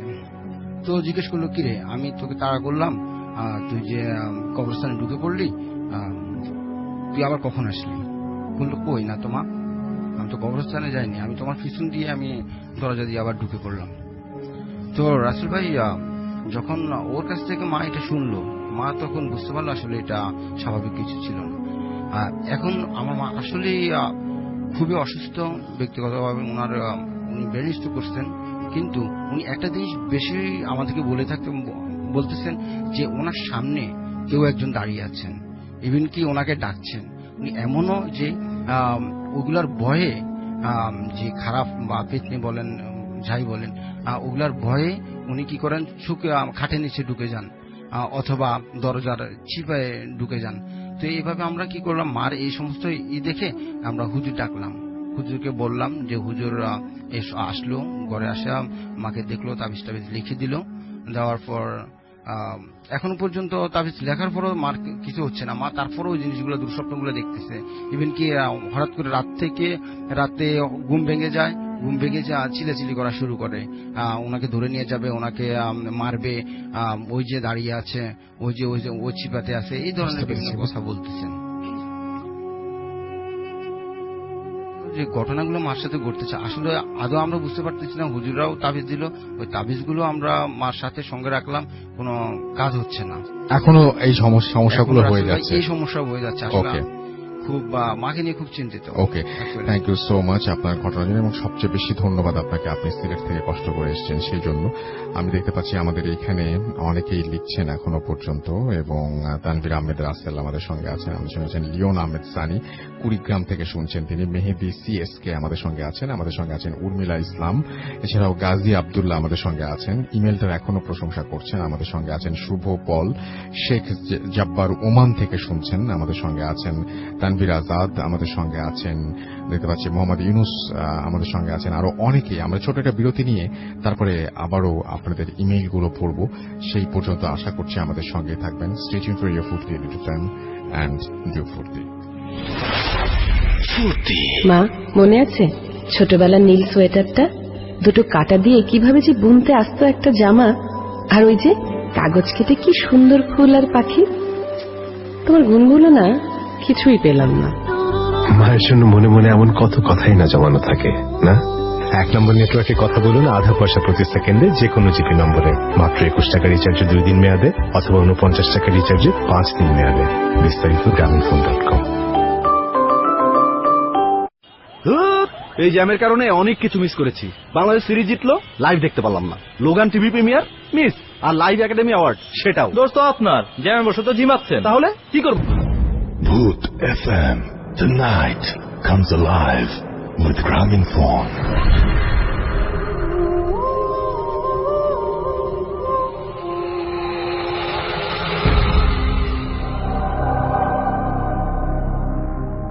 Welcome back. শুনছেন সবসময় রেডিও ফুর্তি রেড এফএম। আমি রাসেল আসির সাথে, আমার সাথে রয়েছে মাসুম ভাই এবং আজকের অতিথিরা। আপনাদের সবাইকে আরো একবার স্বাগত জানাচ্ছি ফুর্তি এফএমে। খুব ছোট্ট করে আরেকটা ঘটনা শুনে আসবো আমাদের দ্বিতীয় অতিথির কাছে। আপনার নামটা বলে প্লিজ আপনার ঘটনাটা বলবেন। থ্যাংক ইউ রাসেল ভাই। আমি জাহিদ, উত্তর থেকে। আমার দ্বিতীয় ঘটনা এটা 2013 সালে ঘটা। তখন আমি ফ্রিল্যান্সিং নতুন শুরু করি, সেজন্য আমার রাত 4টা না গিয়ে বলেছি। আমার শুধু রাত জাগতে হয়। দেখা যায় যে আমি ইউজুয়ালি 3টা-4টা দিকে ঘুমাই। তা আমি দিনটা ছিল রবিবার, আমার স্পষ্ট মনে আছে রবিবার। আমি রবিবার দিন কাজ করে আমি ঘুমোতে গেলাম 3টার দিকে। আমি একটু বলে রাখি যে আমি প্রচন্ড স্মোক করতাম, সেজন্য আমি ঘুমানোর 10 মিনিট আগে আমি জানালা খুলে দিয়ে তারপরে আমি ফ্যান ছেড়ে দিতাম যাতে আসলে ঘরটা ক্লিয়ার হয়ে যায়। তারপর আমি জানালা লাগিয়ে ঘুমাতে যেতাম আর কি, এয়ার ফ্রেশনার ইউজ করে। তার যথারীতি আমি গেলাম ওইভাবে। যখন আমার একটু তন্দ্রার মতো লেগে আসলো, তখন আমার কেমন একটা অস্বস্তি ফিল হতে লাগলো। খুব বাজে একটা গন্ধ, না কোনো পচা মাংসের না কোনো ময়লার গন্ধ, খুব বাজে একটা গন্ধ ফিল করতেছিলাম। তখন আমি কম্বলটা মুড়ি দিয়েছিলাম, তখন আমি মুড়িটা খুলে তাও দেখছি প্রচন্ড রকম গন্ধ। তখন আমি কিছু বুঝতে পারছি না কি করবো। তখন আমি আব্বুকে ফোন দিই আমার রুম থেকে। আব্বু আসলো, আব্বু আমার ধাক্কা দিয়ে দরজাটা খুলে লাইটটা জ্বালালো। তখন আমি বললাম যে আব্বু তুমি কি ঘরে কি কোনো গন্ধ পাচ্ছ? বলছে না। আমিও তখন ঘরে কোনো গন্ধ পাচ্ছি না, একদম ফ্রেশ ঘরটা। ওই দিন গেল, ওই দিন আর কোনো সমস্যা হয়নি। ঠিক তার 4 দিন পরে বৃহস্পতিবার, ওই দিন আমার ছোট ভাই আর আমার আম্মা মিরপুরে আমার খালার বাসায় ছিল, আমি আর আব্বু ছিলাম বাসাতে। তা ওই দিন চিন্তা করছিলাম যে ওই দিন আমি একটু সকালে দিয়ে ঘুমাবো, সারাত কাজ করবো আর কি। তা আমি ওই দিন হঠাৎ করে ঘুমিয়ে যাই তাড়াতাড়ি, 3টা সাড়ে 3টা ওই সময় হবে। তাতে তো একটু বলে রাখি যে আমার বাসাটা ছিল 3 তলাতে, আর আমি জানলার পর্দা ইউজ করতাম না। আর তখন ছিল পূর্ণিমা আর কি, পূর্ণিমা। তা 3টা সাড়ে 3টার দিকে কিন্তু আপনার 4টা কিন্তু পশ্চিম আকাশে চলে যায়, আর তখন পুরো জ্যোৎস্নার আলোটা আমার রুমে পড়ে। সেজন্য আমি আসলে আমার রুমে সবকিছু বোঝা যেত আর কি। একটা পর্যায়ে গিয়ে কি হলো যে যখন আমি ঘুমাতে গেলাম, তার কিছুক্ষণ পরে আমার ঘুমটা ভেঙে গেল কোনো একটা কারণে। তারপরে আমি খুব জ্যোৎস্নার জন্য আমার রুমটা পুরো দেখা যাচ্ছে। তখন আমার চোখটা পড়লো আমার জানালার কোণার দিকে, ওখানে আমার আম্মার মেশিন রাখা ছিল, সেলাই মেশিন। তা যদি কেউ পড়তে পড়তে কখনো ঘুমায় পড়ে হাত দেখে, ঠিক ওই রকম একজন কেউ ওখানে বসে আছে। তো আমি অনেকক্ষণ এক দৃষ্টে তাকায় থাকি, আসলেও কি এটা কিছু? হ্যাঁ, আসলে ওটা একটা কিছু ছিল, খুব পরিমাণ কালো ছিল আর কি একটা কিছু। তারপরে আমি খুব ভয় পেয়ে যাই। তারপর আমি আবার মুড়ি দিয়ে আমি দোয়া টোয়া যা পারি আমি পড়া শুরু করি। তারপর আমি কেমন যেন অস্থিরতা ফিল হচ্ছে আমার। আমি মুড়ি খুলবো কি খুলবো না ওটা দুটো না যায়। তারপরে আমি ঠকঠক করে একটা শব্দ শুনি, যদি টেবিলে কেউ দেন তখন ঠকঠক করে কয়েক শব্দ।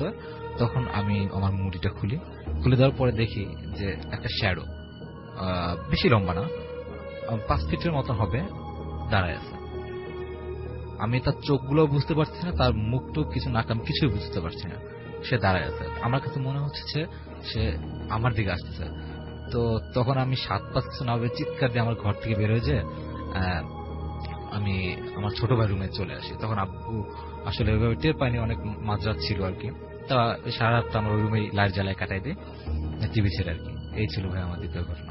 অনেক ধন্যবাদ আপনাকে আপনার ঘটনার জন্য। আমাদের দেখতে পাচ্ছি আদিব ইসলাম আমাদের সঙ্গে আছেন, এছাড়াও দেখতে পাচ্ছি তাজিন চৌধুরী, এবং আমাদের সঙ্গে আছেন দেখতে পাচ্ছি মেহেদি, আমাদের সঙ্গে আছেন দেখতে পাচ্ছি কাকলি মনিরা সুলতানা, এছাড়াও আছেন আমাদের সঙ্গে দেখতে পাচ্ছি হাবিব আদনান, এছাড়াও আছেন এমডি শরীফুজ্জামান শাকিল খুলনা থেকে, মাহি হাসান রাব্বি আমাদের সঙ্গে আছেন, রিয়াল ফেরারি আমাদের সঙ্গে আছেন দেখতে পাচ্ছি, এছাড়াও তানজিম নিশাদ আমাদের সঙ্গে আছেন, এমডি সাগর আহমেদ নীরব আছেন, শিমু তাবাসসুম মাহি নোয়াখালী মাইজদি থেকে আমাদের সঙ্গে আছেন, আমিন খান সাব্বির আমিন আমাদের সঙ্গে আছেন, তাওহিদ অভিক আমাদের সঙ্গে আছেন, দেখতে পাচ্ছি এস এম আবিদ, এছাড়াও আমাদের সঙ্গে মাহিয়া ইসলাম জুই আছেন, আমাদের সঙ্গে আছেন, দেখতে পাচ্ছি লিওন আহমেদ সানি কুড়িগ্রাম থেকে আমাদের সঙ্গে আছেন, এম এইচ মাহফুজ আমাদের সঙ্গে আছেন, মোহাম্মদ ইউনুস মোড়ল,